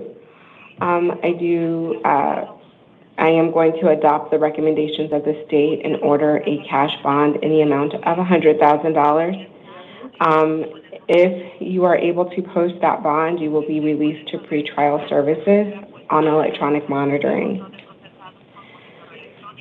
Also, you would not be permitted to return to the scene of the alleged crime, and you cannot possess any weapons. Failure to comply with your release conditions or failing to appear for your court dates would result in the loss of any bond that you post. A warrant would issue for your arrest, and additional bond could be imposed. This completes my advisement to you. If you have no questions for me, you may step to your left, and the officers will give you your paperwork. Okay. Okay. Mr. Eliaso, I'm so sorry for mispronouncing your first name, Gomez, if you will please come to the podium. El señor Eliasio, disculpe si pronuncié su nombre mal. Gómez, por favor, pase al podio. Sir, can you please state your first and last name and your date of birth? Mi nombre es Gelasio Bernal Gómez. Mi fecha de nacimiento es el 2004, el 26 de junio. Interpreter will ask for a repetition. 16 de junio o julio? Junio. I'm sorry. My name is Eliasio Bernal Gomez. My date of birth is in 2004, June 16. Sí. I'm just clarifying that it's June 16th and not June 26th. Okay. Okay. I don't know what we're saying okay to you. I have your date of birth as June 26th. Es el 26 de junio del 2004, el 26 de junio nací. I'm from the 26 June 2004. That's when I was born. 26 de junio. June 26. Thank you. And Ms. Sweeney, do you wish to state your appearance at this time? Yes, Your Honor. Thank you. Good morning. Alexandra Sweeney on behalf of the Attorney General's Office. Sir, you are here today on a new case. You were charged with 1 count of possession of dangerous drugs for sale, a Class 2 felony, 1 count of attempted possession of drugs for transporting or selling them, a Class 2 felony, 1 count of conspiracy, a Class 2 felony, and 1 count of illegally conducting an enterprise, a Class 3 felony. I did find probable cause as to all of the charges, and I did appoint an attorney to represent you. You will have a status conference hearing on October 27th at 8:30 and a preliminary hearing on October 30th at 8:30. Ms. Sweeney, do you want to be heard on behalf of the state regarding recommendations as well as making a record? Okay, no, estoy bien. No, it's fine. Yes, Your Honor, thank you. Sorry. Ándale, gracias, gracias. All right then, thank you, thank you. So I feel like there's a confusion, so we're going to stop. I was asking the state if there was anything that she wanted to tell me. And I was waiting for her to reply. We are not done. Ms. Sweeney, again, was there anything that you would like to say on behalf of the state? No. I'm not talking to you. No. I'm talking. Okay. I don't really, I feel like there's a disconnect. And Ms. Carmona, I'm just going to kind of take it back a little bit. Can you explain to this defendant that there is another person appearing, and that is who I am speaking to at this time?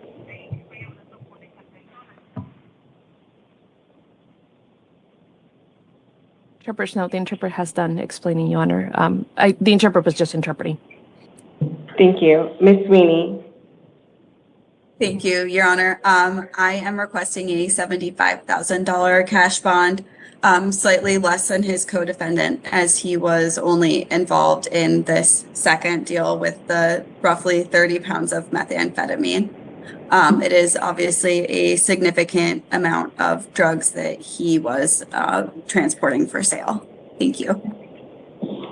Thank you. I did consider the information or recommendations of the state as well as a review of this defendant's criminal history. I am going to adopt the recommendations of the state and order a cash bond in the amount of $75,000. If you are able to post bond, you'll be released to pretrial services on electronic monitoring. You cannot return to the scene of the alleged crime, and you cannot possess any weapons. Failure to comply with your release conditions or failing to appear for your court date would result in the loss of any bond that you would post. A warrant would issue for your arrest, and additional bond could be imposed.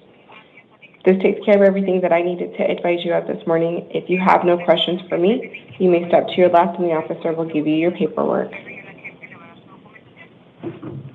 Sería todo. That will be all? Ms. Carmona, before I excuse you, can you inquire as to whether or not anybody else is in need of your services? Yes, of course, Your Honor. ¿Alguien más en la sala necesita los servicios de interpretación judicial en español? Okay, Ms. Carmona, thank you so much for helping us out this morning. You may be excused. Thank you, Your Honor. The interpreter will be disconnecting. Bye-bye. Thank you. Aaron Botcher, if you'll please come to the podium, and Evan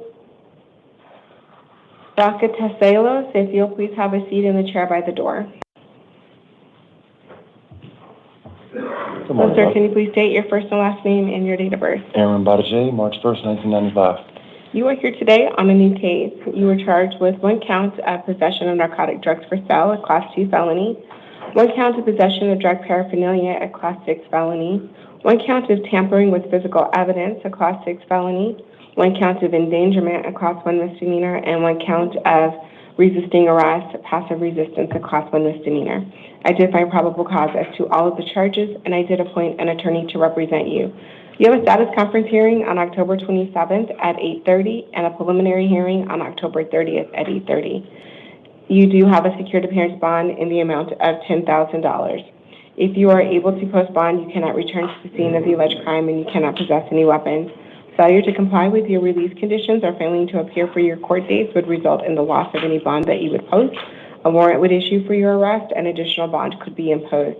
This takes care of everything that I needed to talk to you about this morning. Do you have a question for me? Yes, I was told I was in charge with the sales. Well, I'm not sure who told you that because the arresting officer. you were charged with that. literally on the form for the probable cause statement. That is one of the charges. Can you read the probable cause to me? What do you mean? Do you want to know what facts I considered? Yes. Part of the probable cause statement reflected that you were observed at a bus stop conducting hand-to-hand sales of drugs to various people. At some point in time, the officers then decided to make contact with you after observing a few transactions. That's the best. You asked me what the probable cause was that I reviewed. That's what it was. I'm not here to debate or argue. I'm just telling you what I read, and based on that information, I made a probable cause finding. Okay, but there's no camera footage on that? Like, I don't know. That's not what we're here for today. Were you listening to me at the beginning before we got started? And I told you if you had any questions or concerns about your case, you should direct them to your attorney? Yes, ma'am. Okay.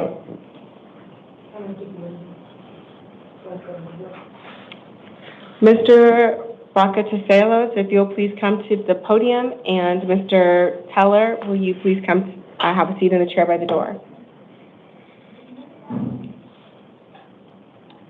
Sir, can you please state your first and last name and your date of birth?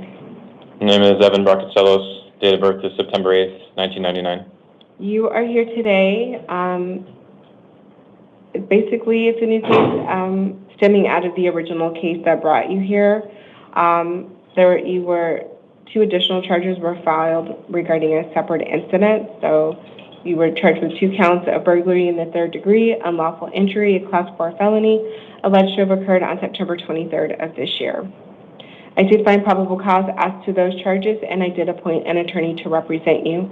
You do have a status conference hearing on October 27th at 8:30 and a preliminary hearing on October 30th at 8:30.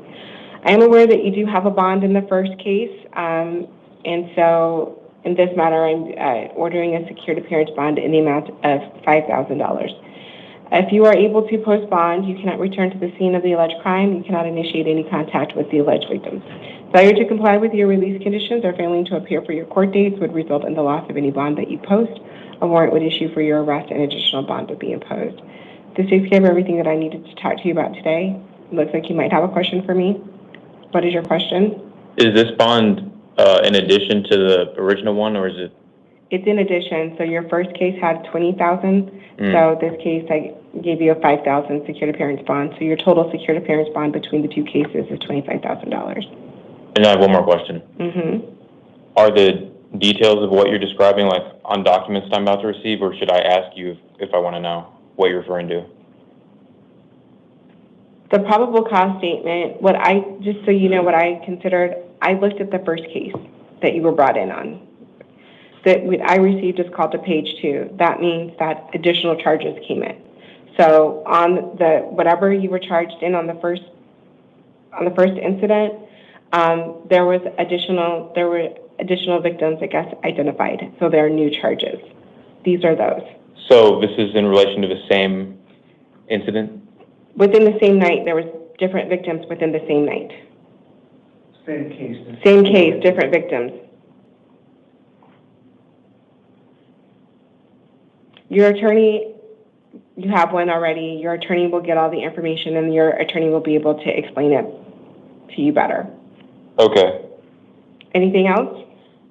I guess one more, because my booking date was on the 25th, and that was the original incident, so I guess I'm confused about the So these charges, just because you were booked on that date for the first incident doesn't mean that investigation stopped. So apparently there was an ongoing investigation. And so these charges were filed recently. Anything else? No, Your Honor. All right, if you step to your left, the officer will give you your paperwork.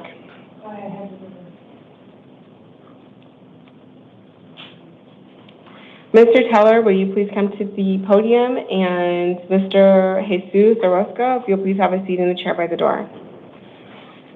Good morning, sir. Can you please state your first and last name and your date of birth? I'll Teller, 4/11/2000. You are here today because you have one new case and then you have 2 probation violation warrants. On your new case, you were charged with 1 count of possession of dangerous drugs, a class 4 felony, 1 count of resisting arrest with physical force, a class 6 felony, and 1 count of possession of drug paraphernalia, a class 6 felony. I did find probable cause as to all three charges, and I did appoint an attorney to represent you in this matter. You do have a status conference hearing on October 27th at 8:30 and a preliminary hearing on October 3rd at 8:30. You have a secured appearance bond in the amount of $500. As to your probation violation matters, your first warrant, well, and for both of them, I did appoint an attorney to represent you, and for both matters, you'll have a probation revocation possible disposition hearing on October 28th at 8:30. Your first warrant has a secured appearance bond in the amount of $1,250. Your second warrant has a secured appearance bond in the amount of $50. So between the three cases, you have a total secured appearance bond in the amount of $1,800. If you are able to post bond, you cannot return to the scene of the alleged crime, you cannot possess any weapons, and you must contact your probation officer within 72 hours of your release. Failure to comply with your release conditions or failing to appear for your court dates would result in the loss of any bond that you post. Warrants would issue for your arrest and additional bond could be imposed. This takes care of everything that I needed to talk to you about today. If you have no questions for me, you'll step to your left. The officer will give you your paperwork. Mr. Orozco, will you please come to the podium, and Mr. Wonderling, if you'll please have a seat in the chair by the door.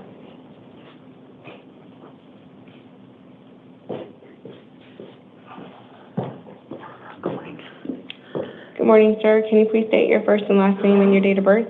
Jesus Orozco, January the 5th, 1975.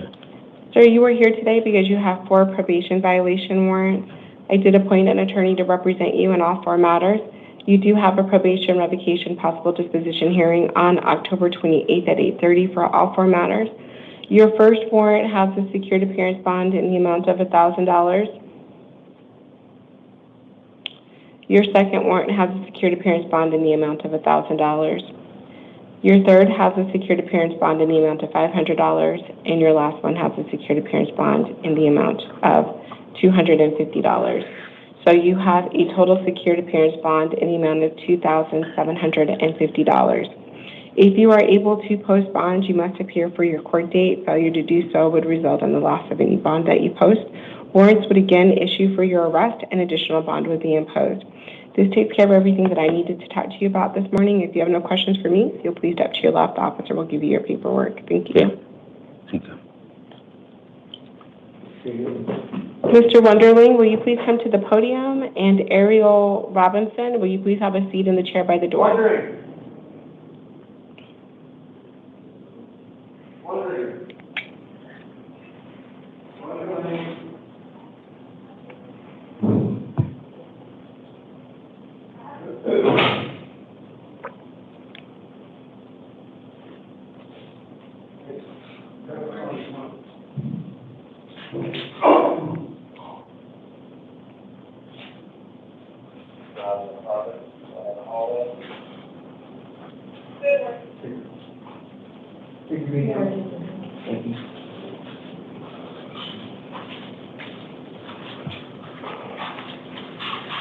Sir, can you please state your first and last name and your date of birth?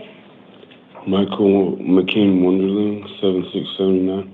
You are here today on a new case. You were charged with 1 count of possession of narcotic drugs, a Class 4 felony, 1 count of possession of drug paraphernalia, a Class 6 felony, and 1 count of criminal trespass on a railroad, a Class 3 misdemeanor. I did find probable cause as to all 3 charges, and I did appoint an attorney to represent you. You have a status conference hearing on October 27th at 8:30 and a preliminary hearing on October 30th at 8:30. You have a secured appearance bond in the amount of $500. If you are able to post bond, you cannot return to the scene of the alleged crime. Failure to comply with your release conditions or failing to appear for your court dates would result in the loss of any bond that you post. A warrant would issue for your arrest, and additional bond would be imposed. This takes care of everything that I needed to talk to you about today. If you have no questions for me, you'll step to your left officer and give you your paperwork.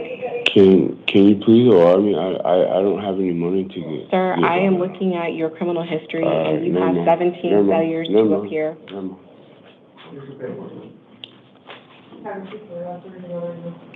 Ms. Robinson, will you please come to the podium? And Mr. Quick, will you please have a seat in the chair by the door? Good morning, ma'am. Can you please state your first and last name and your date of birth? Robinson. What's your date of birth? 10/20/2000. You are here today because you have a probation violation warrant. I did appoint an attorney to represent you in this matter. You do have a probation revocation possible disposition hearing on October 28th at 8:30. Your warrant has a secured appearance bond in the amount of $500. If you are able to post bond, you must appear for your court date. Failure to do so would result in the loss of any bond that you post. Another warrant would issue for your arrest. An additional bond could be imposed. This takes care of everything that I needed to talk to you about. If you have no questions for me, if you'll step to your left, the officer will give you your paperwork. Thank you. Mr. Quick, will you please come to the podium? And Enrique Cesares, if you'll please have a seat in the chair by the door. Morning, sir. Can you please state your first and last name and your date of birth? Lonnie Quigg, January 30th, 1995. Sir, you are here today because you have 2 probation violation warrants and then you have 2 warrants out of Santan Justice Court. As to your probation violation matters, I did appoint an attorney to represent you in both matters. You have a probation revocation hearing on October 28th, probation revocation possible disposition hearing on October 28th at 8:30. The first warrant has a secured appearance bond in the amount of $750. The second one has a secured appearance bond in the amount of $250. Then as to your Santan Justice Court warrant, I did appoint an attorney to represent you in both matters. You will have an arraignment hearing on October 24th at 8:30. You have a secured appearance bond on your first one in the amount of $500. And on your second one, you have a secured appearance bond in the amount of $50. So your total secured appearance bond between the 4 cases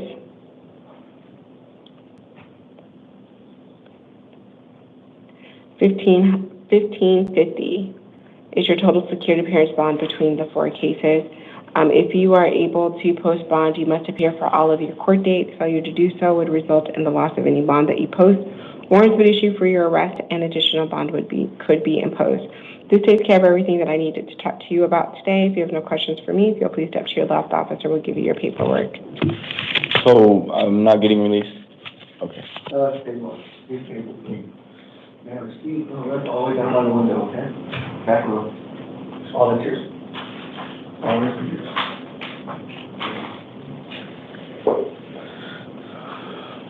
Enrique Cesares, I'm so sorry. If you'll please come to the podium.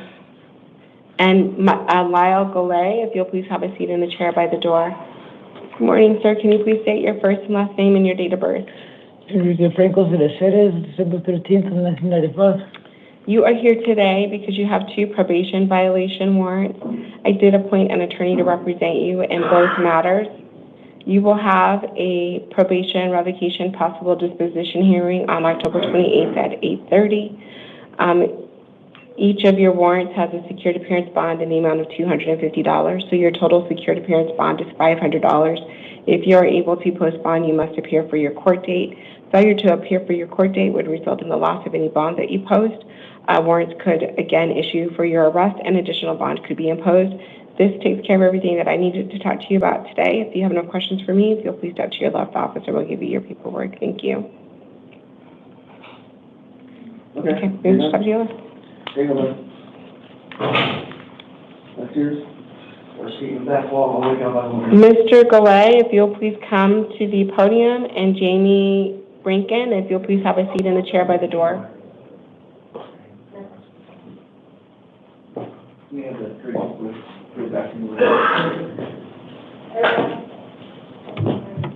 Good morning, sir. Please state your first and last name and your date of birth. Lyle Golay, July 24th, 1962.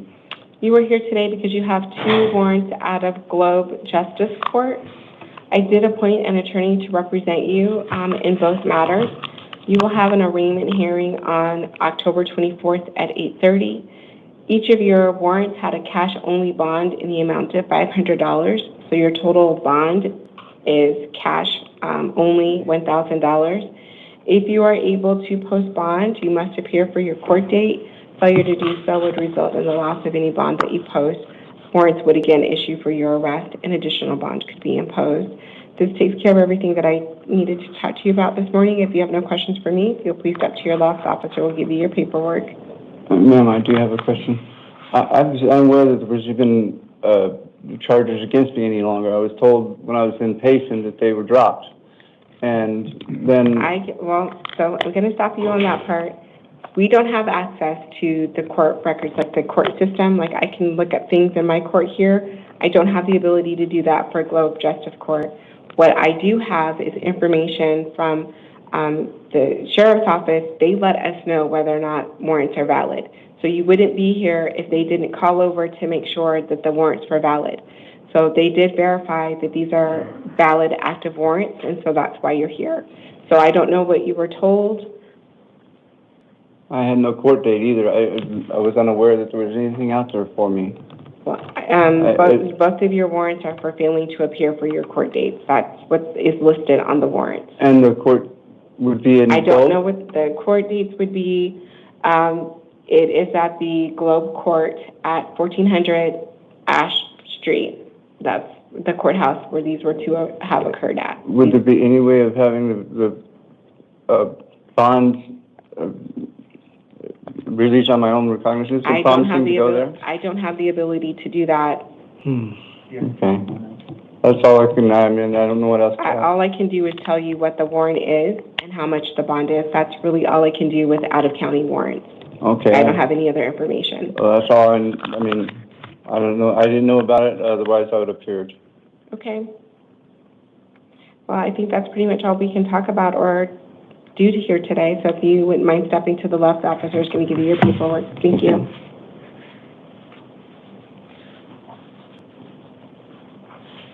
Ms. Brinken, will you please come to the podium? And Eric Thomas, will you please have a seat in the chair by the door?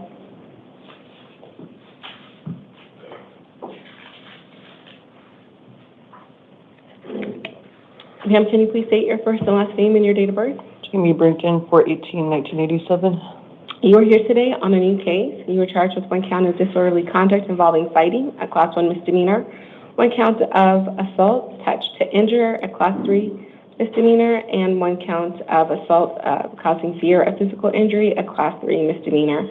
I did find probable cause as to all of the charges, and I did appoint an attorney to represent you.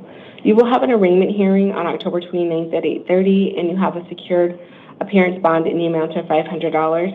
If you are able to post bond, you cannot return to the scene of the alleged crime, you cannot initiate any contact with the alleged victim, and you cannot possess any weapons. If there are any orders of protection or orders against harassment that have been issued, you must comply with those orders. You cannot reside at the same location as the alleged victim.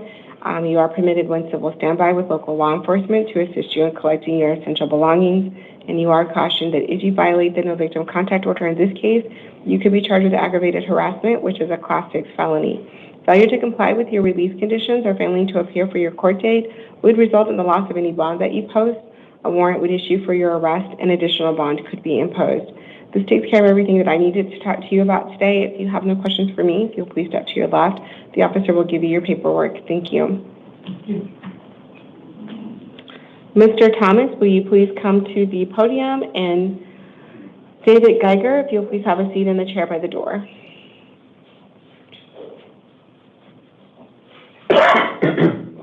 Hello, sir. Can you please state your first and last name and your date of birth?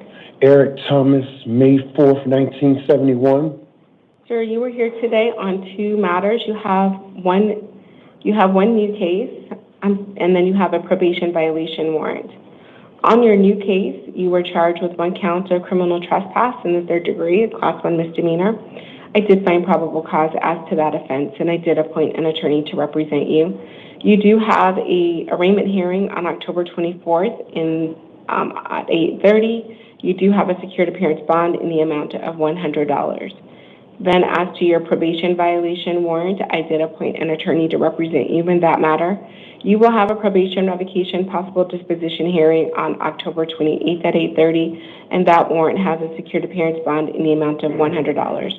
So your total secured appearance bond between the two cases is $200. If you are able to post bond, you cannot return to the scene of the alleged crime, you cannot possess any weapons, and you must contact your probation officer within 72 hours of your release. Failure to comply with your release conditions or failing to appear for your court dates would result in the loss of any bond that you post. Warrants would issue for your arrest, and additional bond could be imposed. This takes care of everything that I needed to talk to you about today. If you have no questions for me, if you will please step to your left, officer will give you your paperwork. Thank you. I would like to just say one thing, though. On my conditions of my probation, it says not to be in possession of any illegal drugs, not any firearms or Okay, drugs. I'm going to stop you. So your violation of probation, that warrant was issued on October 3rd. And the reason why that was issued was that your probation officer, you did not maintain contact with your probation officer. That was one of the reasons, okay? So that's what was noted on what is called the petition to revoke probation. That's what was on there. That's why that warrant was issued. Today, you came in on a new case as well, the criminal trespass. So you have a probation violation matter that has been existing since October 3rd, and then you have a new case that was a result of you getting arrested within the last 24 hours. Okay. Okay? I understand what you just said, but I have been keeping in contact with my probation officer. Sir, I'm going to tell you, I know that I read differently. I read your probation notes. Your probation officer has been looking for you for some time. I live in a homeless shelter. The staff members told me I read that the CAS people reported that you were no longer there.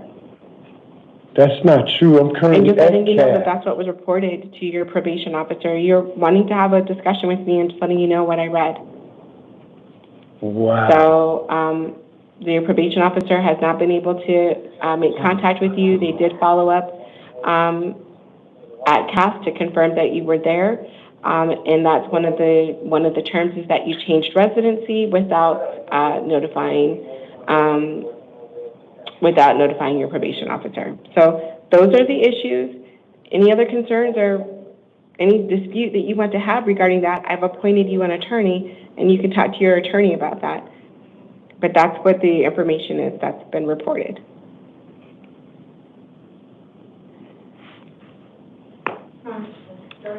Mr. Geiger?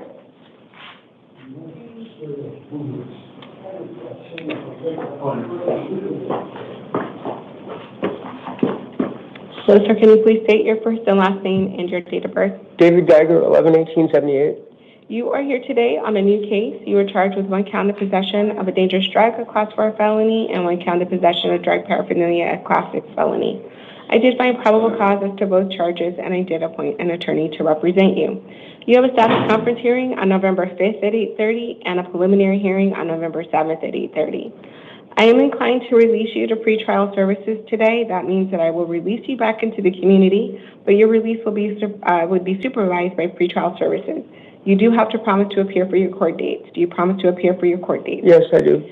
You cannot return to the scene of the alleged crime, and you cannot possess any weapons. Failure to comply with your release conditions or failing to appear for your court dates would result in a warrant issuing for your arrest, and then a bond would be imposed. Do you understand? Yes.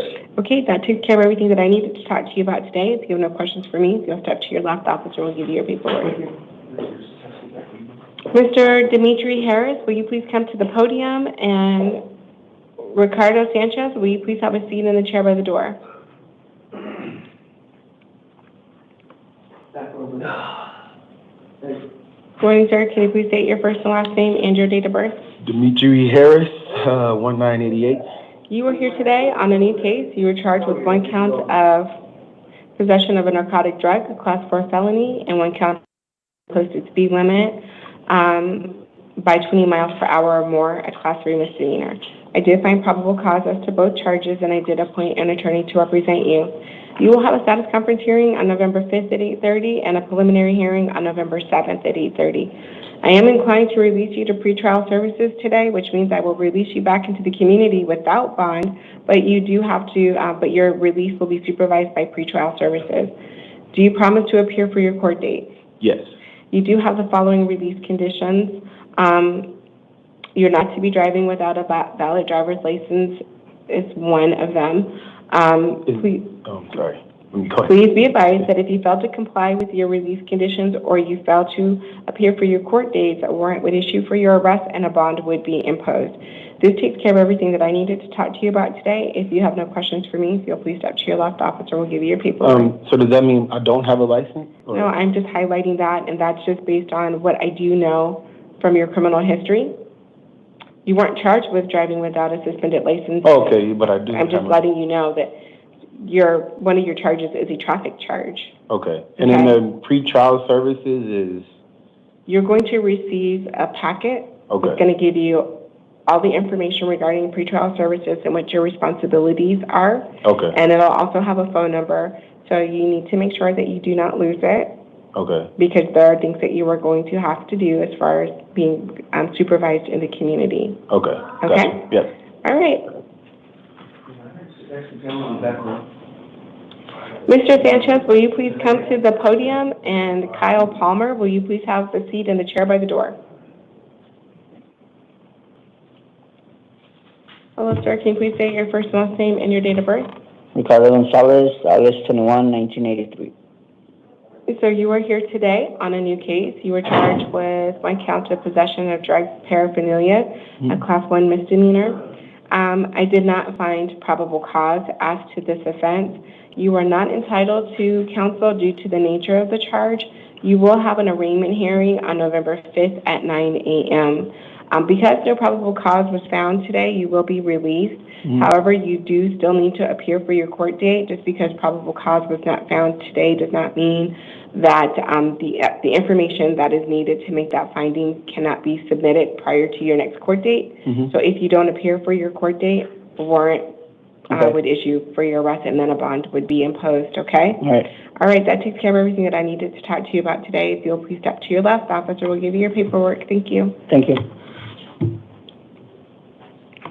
Mr. Palmer, will you please come to the podium?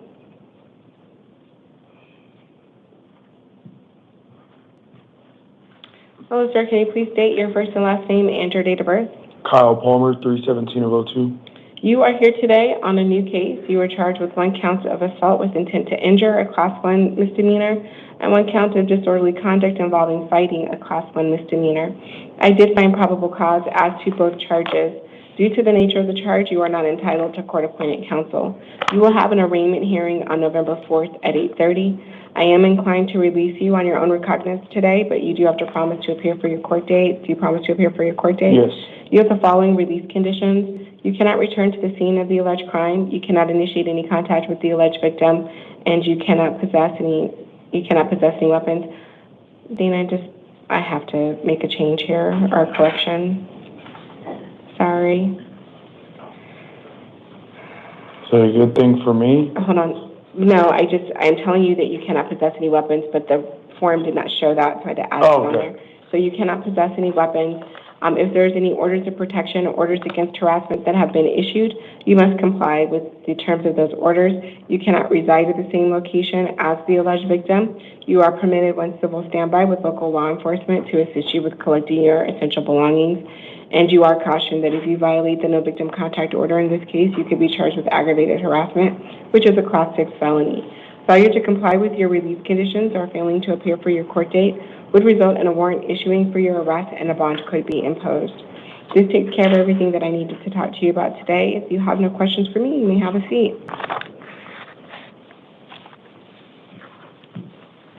Tricia Herrera, will you please come to the podium?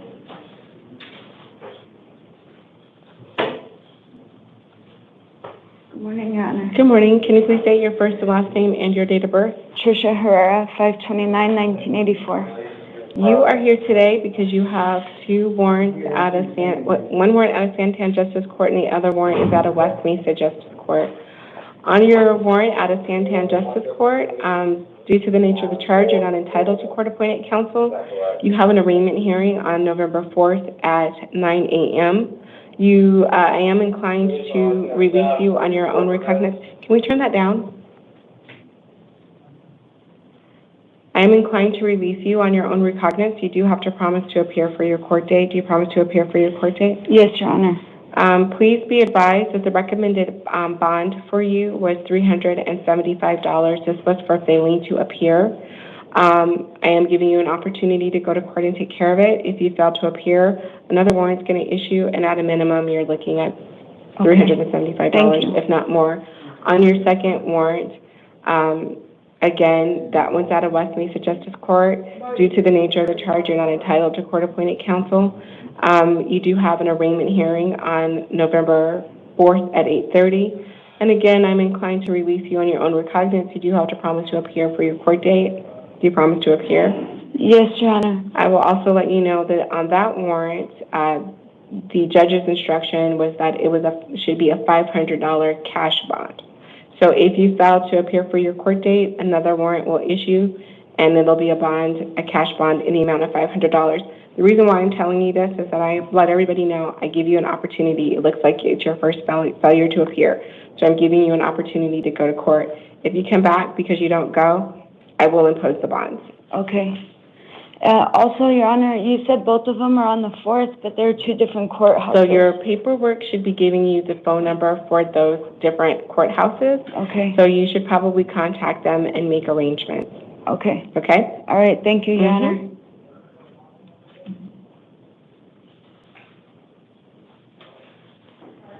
Shalise Nelson, date of birth September 14th, 1990, is here on a probation violation warrant.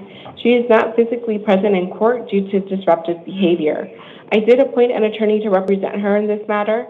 She does have a probation revocation possible disposition hearing on October 28th at 8:30. The warrant has a secured appearance bond in the amount of $250. Ms. Nelson will be advised that if she's able to post bond, she cannot possess any weapons and she must appear for her court dates. And if she fails to comply with release conditions or fails to appear for a court date, any bond that she posts would be forfeited, a warrant would issue for her arrest, and additional bond could be imposed. I will meet with Ms. Nelson. If any changes are needed, I will do so either on the record or in writing.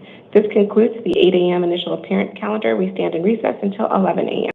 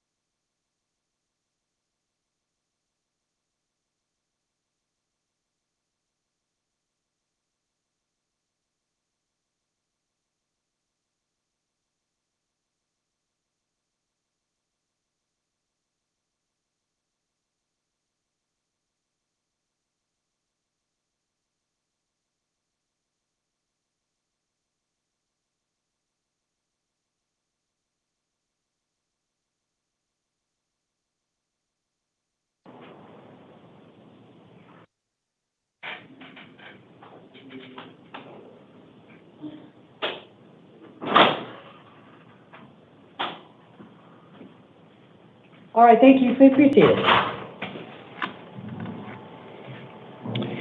We don't have any LEPs today, is that right? Yeah. Okay, thanks.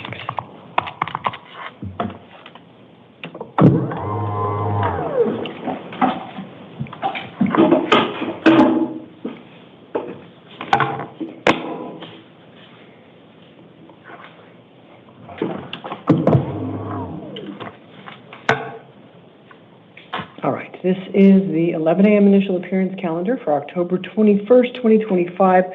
The court's orders for the taking of fingerprints and DNA samples made on the 2 a.m. calendar on the first of the month will also apply to these hearings. We're going to start with Mr. Fields. If you'll please come all the way to the podium. Michael Fields, you will be first.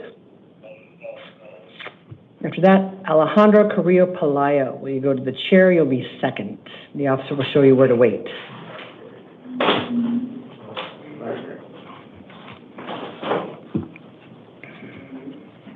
Hello, sir. May I have your full name and your date of birth, please? Michael Fields, 52576, ma'am. Okay, thank you. You're here on a new case. You got arrested for second-degree burglary. It is a Class 3 felony, and there is probable cause for it.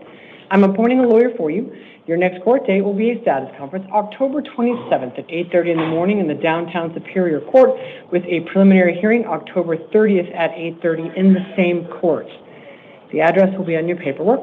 Based on your criminal history and what's been alleged against you, bond is set in your case at $2,500. That is secured. If you bond out, you must comply with all of your written conditions. Do not go to the scene of the alleged crime. No contact with the alleged victims, witnesses, or with any of your co-defendants. No weapons, no drugs without a valid prescription. If you step to your left, he's going to give you your paperwork. Thank you. Paperwork to you in a second. All right, then I need Mr. Carrillo Pelayo. After that, Tevin Cronky, will you please go to the chair? Where is Mr. Carrillo? Here he comes. Right here at the podium, please. Good morning, sir. May I have your full name and your date of birth? It's Alejandro Carrillo Pelayo. My date of birth is 12/27/1999. All right, thank you. You're here on one new case and a probation hold. In the new case, you have been accused of unlawful flight from a law enforcement vehicle. That is a Class 5 felony, and there is probable cause for it. I'm appointing a lawyer for you in this case, also in your probation case, because you are on felony probation, and a petition to revoke your probation is going to be filed between now and your next court date. It will allege that this new case violates your probation. So you'll need a lawyer, and you will have one. So basically, it says that I was fighting the cops or something like that? No. Oh, I thought you said... Unlawful flight. Oh, if you're in a motorized vehicle and you flee from the police, it's a felony. Oh, yeah. So that there is probable cause for it.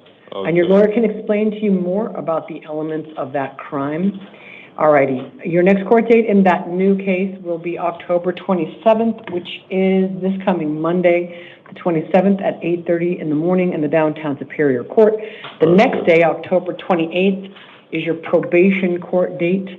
That is a revocation, arraignment, and possible disposition hearing in the probation court downtown. The address will be on your paperwork. That's also 8:30 in the morning. Okay. Finally, on the 30th of October at 8:30 in the morning, you will have a preliminary hearing in the new case only. Your lawyer will explain to you how that works. Okay. And that's going to be the same court address. That's October 30th, 8:30 in the morning. In each of these two cases, your bond is $1,000 secured. That is $2,000 total. If you bond out, you must comply with all of your conditions. That includes calling your PO within 72 hours if you hit the street. You have to bond out, but if you do, call your PO within 72 hours. You step to your left to get a copy of your paperwork. Thank you. Mr. Cronky? And then Francesca Gutierrez, will you please go to the chair? I need Tevin Cronky. He's got a guest shirt on. There he is. Okay. And after that, Francesca Gutierrez, will you go to the chair?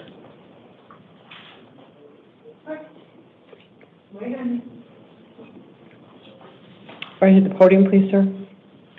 All right. May I have your full name and your date of birth, please?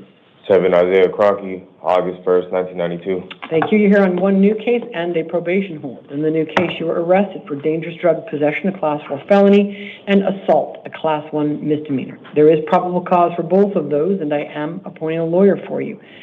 I'm also appointing a lawyer in your new case. You're on probation for armed robbery, a Class 2 felony, and the probation department will be filing a petition to revoke your probation based on this new arrest. So you'll have a lawyer in that case as well. You're going to have 3 court dates next week. The first one will be in the new case. It is a status conference this Monday, October 27th at 8:30 in the morning. The next day, Tuesday, October 28th at 8:30, you'll have a probation revocation arraignment hearing. That's in the downtown probation court. The court addresses are in Phoenix, and they'll be on your paperwork. Finally, in the new case only, you will have a preliminary hearing on October 30th at 8:30 in the morning. Same court. All right, you have a $1,000 secured appearance bond in each case. That is $2,000 total. If you bond out, be sure to comply with your release conditions. Of course, you have to call your PO within 72 hours of any release from jail. Also, do not go back to that Burger King. Absolutely no contact with the alleged victim or the witness. In the new case, no weapons, no drugs, no alcohol. If you step to your left, I'll give you your paperwork. Thank you. Ms. Gutierrez?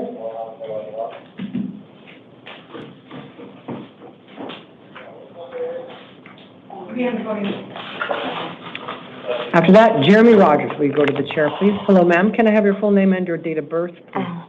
Francesca Lee Gutierrez, 08/16/2000. All right, thank you. You are here on a warrant from the East Mesa Justice Court. This is for failing to pay fines, fees, or restitution in a case in which you've been convicted of theft as a Class 1 misdemeanor. This warrant was issued January 25th of 2022. Your next court date will be an arraignment hearing October 24th, which is 3 days from now at 8:30 in the morning in the East Mesa Justice Court. Your bond in this case is $50. It is secured. If you post it, do not miss your court date. Comply with all of your release conditions. If you don't post it, you will see the Justice of the Peace in 3 days. And if you don't post bond, you will have a public defender to help you with the bond issue only. You've already been convicted in this case, so you're not otherwise entitled to a lawyer. But if you don't bond out, you'll have a lawyer to help you on the bond issue. It's $50. If you step to your left, you get a copy of that paper. So you're saying go to this and then they'll bond me out? Or what are you saying? No, they're not going to bond you out. You're just saying I have court if you don't bond out, you'll have a public defender there to represent you on the bond question. If you do bond out, you won't. The only reason you're entitled to a lawyer at all in this case, because you've already been convicted, is because I gave you a bond. So if you post it, you won't have a lawyer. You still have to go to court. If you don't post it, you'll come to video court and the public defender will represent you and obviously try to make the bond go away for you. So you're just saying I'm staying here and then I'm going to court in 3 days? Yeah, if you don't have $50, you will stick around. Mr. Rogers, Jeremy Rogers. Nothing.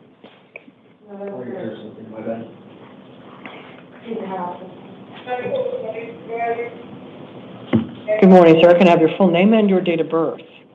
Jeremy Rogers, and my date of birth is 12/13/1985. All right, thank you. You're here on a warrant from the North Valley Justice Court.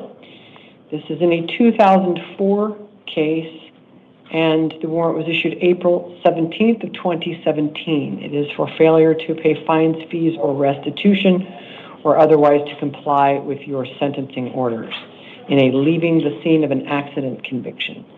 Your arraignment hearing will be October 23rd, which is 2 days from now, the day after tomorrow, 8:30 in the morning in the North Valley Justice Court.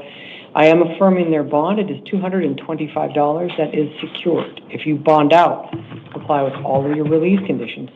Do not miss your court date. If you'll step to the left, I'll give you a copy of your paper. How is it that we bond out? I'm not sure about that. Talk to the DOs. They'll help you. They'll give you instructions to give friends or family, or you can call a bail bondsman if you want. I don't think they'll do a bond for that low, but talk to them about how to call people and give them instructions to go post for you. Mr. Mejia?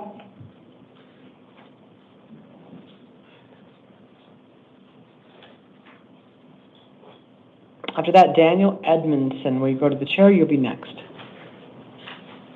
Right here at the podium, please.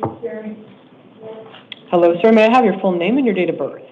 Jose Amílcar Mejia Jr., 2/28/98. Okay, thanks. You're here on a new case. You were arrested for dangerous drug possession, a Class 4 felony, and drug paraphernalia possession, a Class 6 felony. There is probable cause for those, and I am appointing a lawyer for you. Your next court date will be a status conference, November 5th, which is about 2 weeks from now, 8:30 in the morning in the downtown Superior Court, with the preliminary hearing November 7th at 8:30. On this type of charge, you do qualify for release to pretrial services. I am aware of your criminal history. This is a drug case, and on this type of charge, we're willing to give you a try at pretrial services. So you'll get some instructions before you go. They're in an envelope. Do not lose the envelope, because when you get out, that will tell you who to call and how to do that. They'll give you instructions about checking in. It's very easy. It's easier than probation. So just do what they tell you and don't miss your court dates. Even folks with a couple priors like you, they can end up with offers from the county attorney to take probation and get drug treatment. It's kind of up to the county attorney because of your priors. They don't have to offer you that, but if you show up, talk to your lawyer. Many people are getting that offer. If you don't show up, you look like a bad candidate for that plan. You could potentially go to prison on a case like this because of your priors, but you could also get a probation offer from the county attorney. You can also go to trial and beat the case. I don't know. So you'll have a lawyer to help you, but what I'm trying to say is show up. If you don't show up, you have zero options. It goes to a warrant, we pick you up, and we hold you on a bond next time. And then the county attorney says, nah, why would we offer this guy probation? He can't even show up for court. Thank you. So I'm just trying to help you do the math. Go to court, talk to your lawyer, okay? I appreciate that because I have 2 daughters right now. You want to keep parenting them. You show up for court, talk to your lawyer. If you've got a job, bring evidence of your job, bring all of that. I actually got my T-shirt on from my job. I wondered. Yeah, I know. It kind of looked like it. So bring pay stubs and stuff that your lawyer can use to talk to the county attorney and say, please give my guy a probation offer. He's ready for treatment. Okay? I actually am. Well, great. And so just don't miss court, okay? All right. If you step to your left, you get your paperwork. You'll be out in a few hours. Don't lose the envelope because it tells you how to call in. All right. Then. All right. Thank you. Good luck, sir. Mr. Ryan Ward, Edmondson to the podium, please, and then Ryan Ward to the chair. Sorry, got out of order.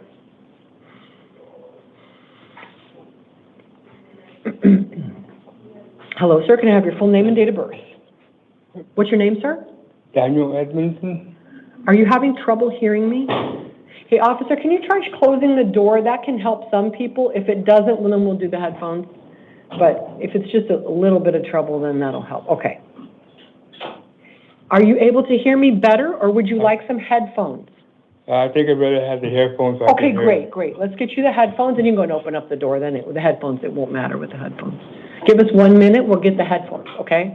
We're going to get the headphones. I stay right here? Yes. Okay.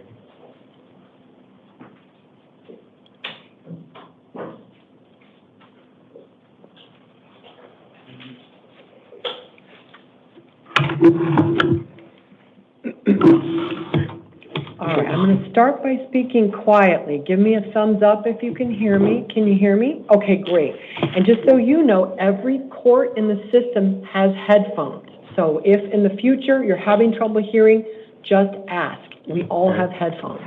All right, can I have your full name and your date of birth? Daniel Thomas Edmondson, 12/20/1960. Okay, thanks. You have been arrested on one allegation of burglary in the 2nd degree. That is a Class 3 felony. The court did find probable cause for that, and so I am appointing a lawyer for you, and I'm going to give you 2 upcoming court dates. The first one is November 5th at 8:30 in the morning. That's about 2 weeks from now. It will be a status conference in your case.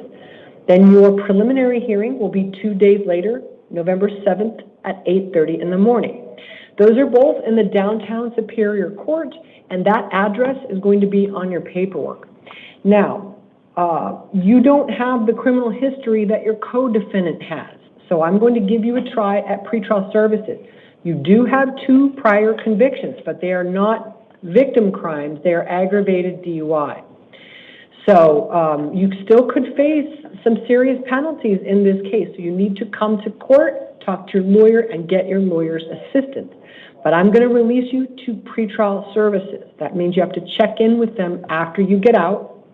Just follow their instructions. Don't miss your court dates.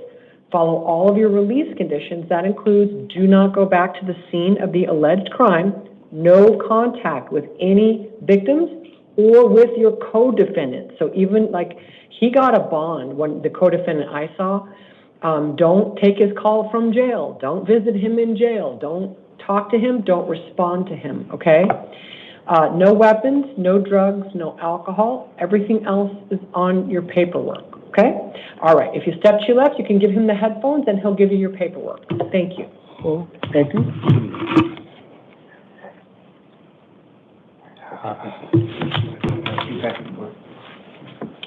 All right, then Mr. Ward, if you'll come in, please.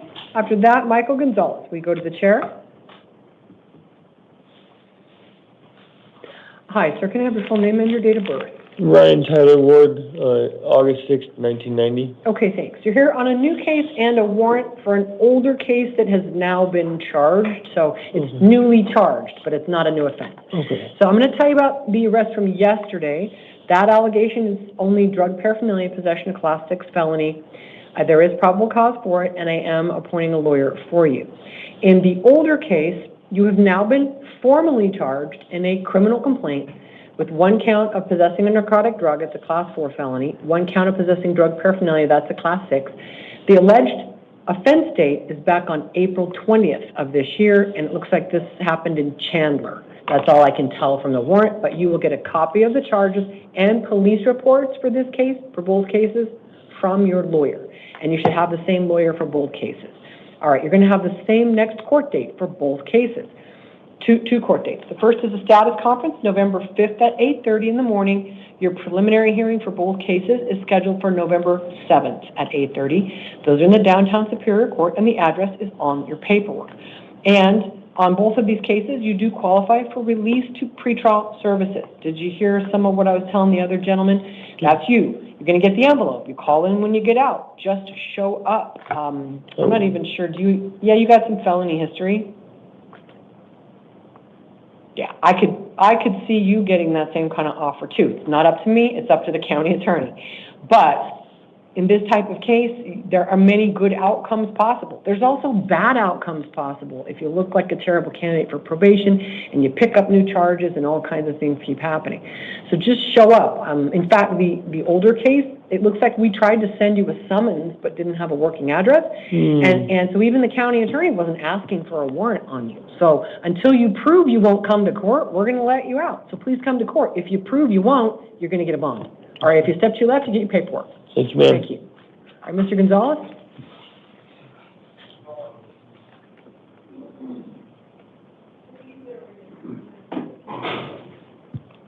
Hi, sir. Can I have your full name and date of birth? Yes, my name is Michael Gonzalez, 9/10/85. Okay, thanks. You're here on a warrant in a case from the Santan Justice Court where it looks like you've been convicted of assault as a class 3 misdemeanor. This warrant went out October 3rd of this year. It says it's for failure to comply with court orders. And from my recollection of the case notes, I get limited notes from the Justice Court. It looks like you got approved DB counseling, 10 hours community service, and probably some fines. Everybody always owes fines. All right, I'm going to give you an arraignment hearing November 4th at 9 in the morning. That's 2 weeks from today, November 4th, in the Santan Justice Court. I looked at the history of this, and it looks like you've never... this is the first warrant that I saw. It looks like you've appeared many times in this case. You fell behind on payments or whatever it is. So I'm going to let you just go on your own. You've gone in the past. Looks like you've actually been pretty compliant, and something went wrong. So go on November 4th, and we don't have any problem with you here. Go figure out what you still owe them or what they think you owe them. If you don't go, that's a failure to appear. We can see it, and we'll probably give you at least a small bond. Out of this court, our goal is just to get you to show up.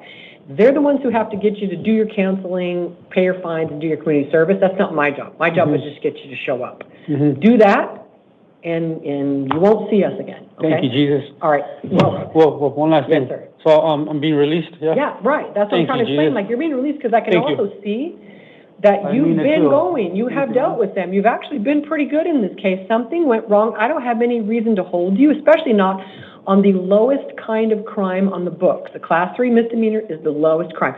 Technically, there's a petty offense below it, but you can't go to jail for a petty offense. So why would I hold you? You just need to show up. So I will. Show up so this doesn't happen again, okay? Thank you. All right, good luck, sir.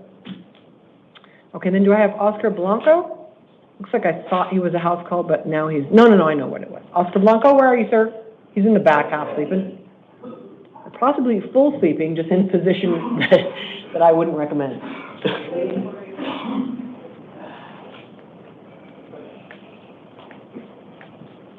Right here, sir. Okay, can I have your full name and your date of birth, please? Right up at the podium, because there's a microphone there. What's your name, sir? Oscar Blanco, What's your date of birth? May 13, 1989. Okay, thanks. You got picked up on allegations of possessing dangerous drugs and drug paraphernalia. Those are both felonies. I am appointing a lawyer for you, and I'm giving you court dates in 2 weeks. The first one is a status conference, November 5th, 8:30 in the morning, and your preliminary hearing will be November 7th at 8:30. Like I said, that's 2 weeks out. And the address in downtown Phoenix for the court, it's on your paperwork. Now, in your case, I'm just releasing you to come to court on your own. I didn't find probable cause, which is a legal question. I didn't find probable cause that the police sufficiently established that what you had was methamphetamine. I don't personally have much doubt, but the police have to meet a certain level of probable cause, and they didn't. It does not mean the case is dismissed. I put that in your paperwork. It just means you're entitled to be released. And by the way, you don't have much criminal history. I almost certainly would have released you anyway. I'm just not giving you any other conditions because the law says if there's no probable cause, you're entitled to just be released with court date. So I'm releasing you. I've given you a lawyer and court dates. They're going to put you in the pipeline to be released, okay? Don't miss your court dates because there could be a warrant issued for you if the county attorney does go forward on your charges. All right. I'm getting released? Correct. Don't lose your paperwork. Read it. Good luck. Okay, so officer, I have Ms. McAllister, Casey McAllister, and Nalea Shields as house calls. Is each of them not physically present in court because they've been isolated as a potential risk of danger to themselves or others? Danger to others, not following directions. Okay, all right, thank you. I do have an affirmative answer from the sheriff's office, so I will go see Casey Michelle McAllister, born 7/25/96, in-house to conduct her initial appearance. I'll let her know she got picked up on 2 allegations of shoplifting as Class 4 felonies, one of shoplifting in an amount over $1,000. That's a Class 6 felony. Make sure, oh yeah, it was over 1,000. Okay.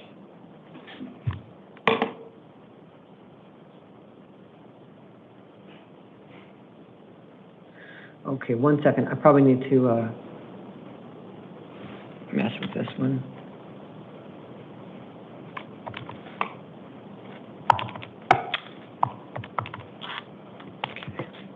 All right. Okay, so 9 needs to be reprinted. All right, thank you. And so I'm let her know, see. Also, removal of a theft detection device, that's a Class 6 felony. And there is probable cause for all of those, and I am appointing a lawyer to represent her. Her next court date will be a status conference, October 27th at 8:30 in the morning in the downtown Superior Court, with a preliminary hearing October 30th at 8:30 in the same court. And it's my current inclination to set bond in the amount of $500 secured for her.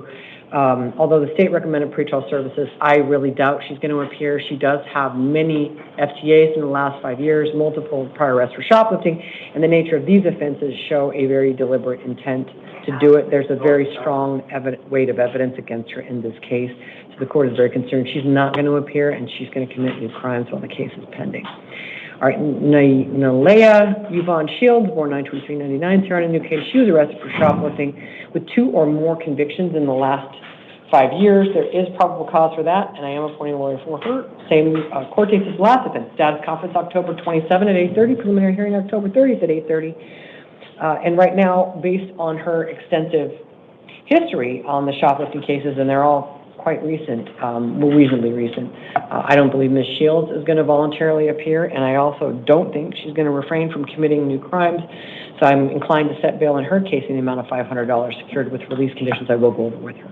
If anything changes after I conduct these initial appearances in-house, I will come back and supplement, I will not come back and supplement this recording. I will just put my final decision in my formal written order, so people looking for that should look at my final written order. I'm not going to update this recording. All right, with that, we are going to stand in recess until 2 p.m. this afternoon.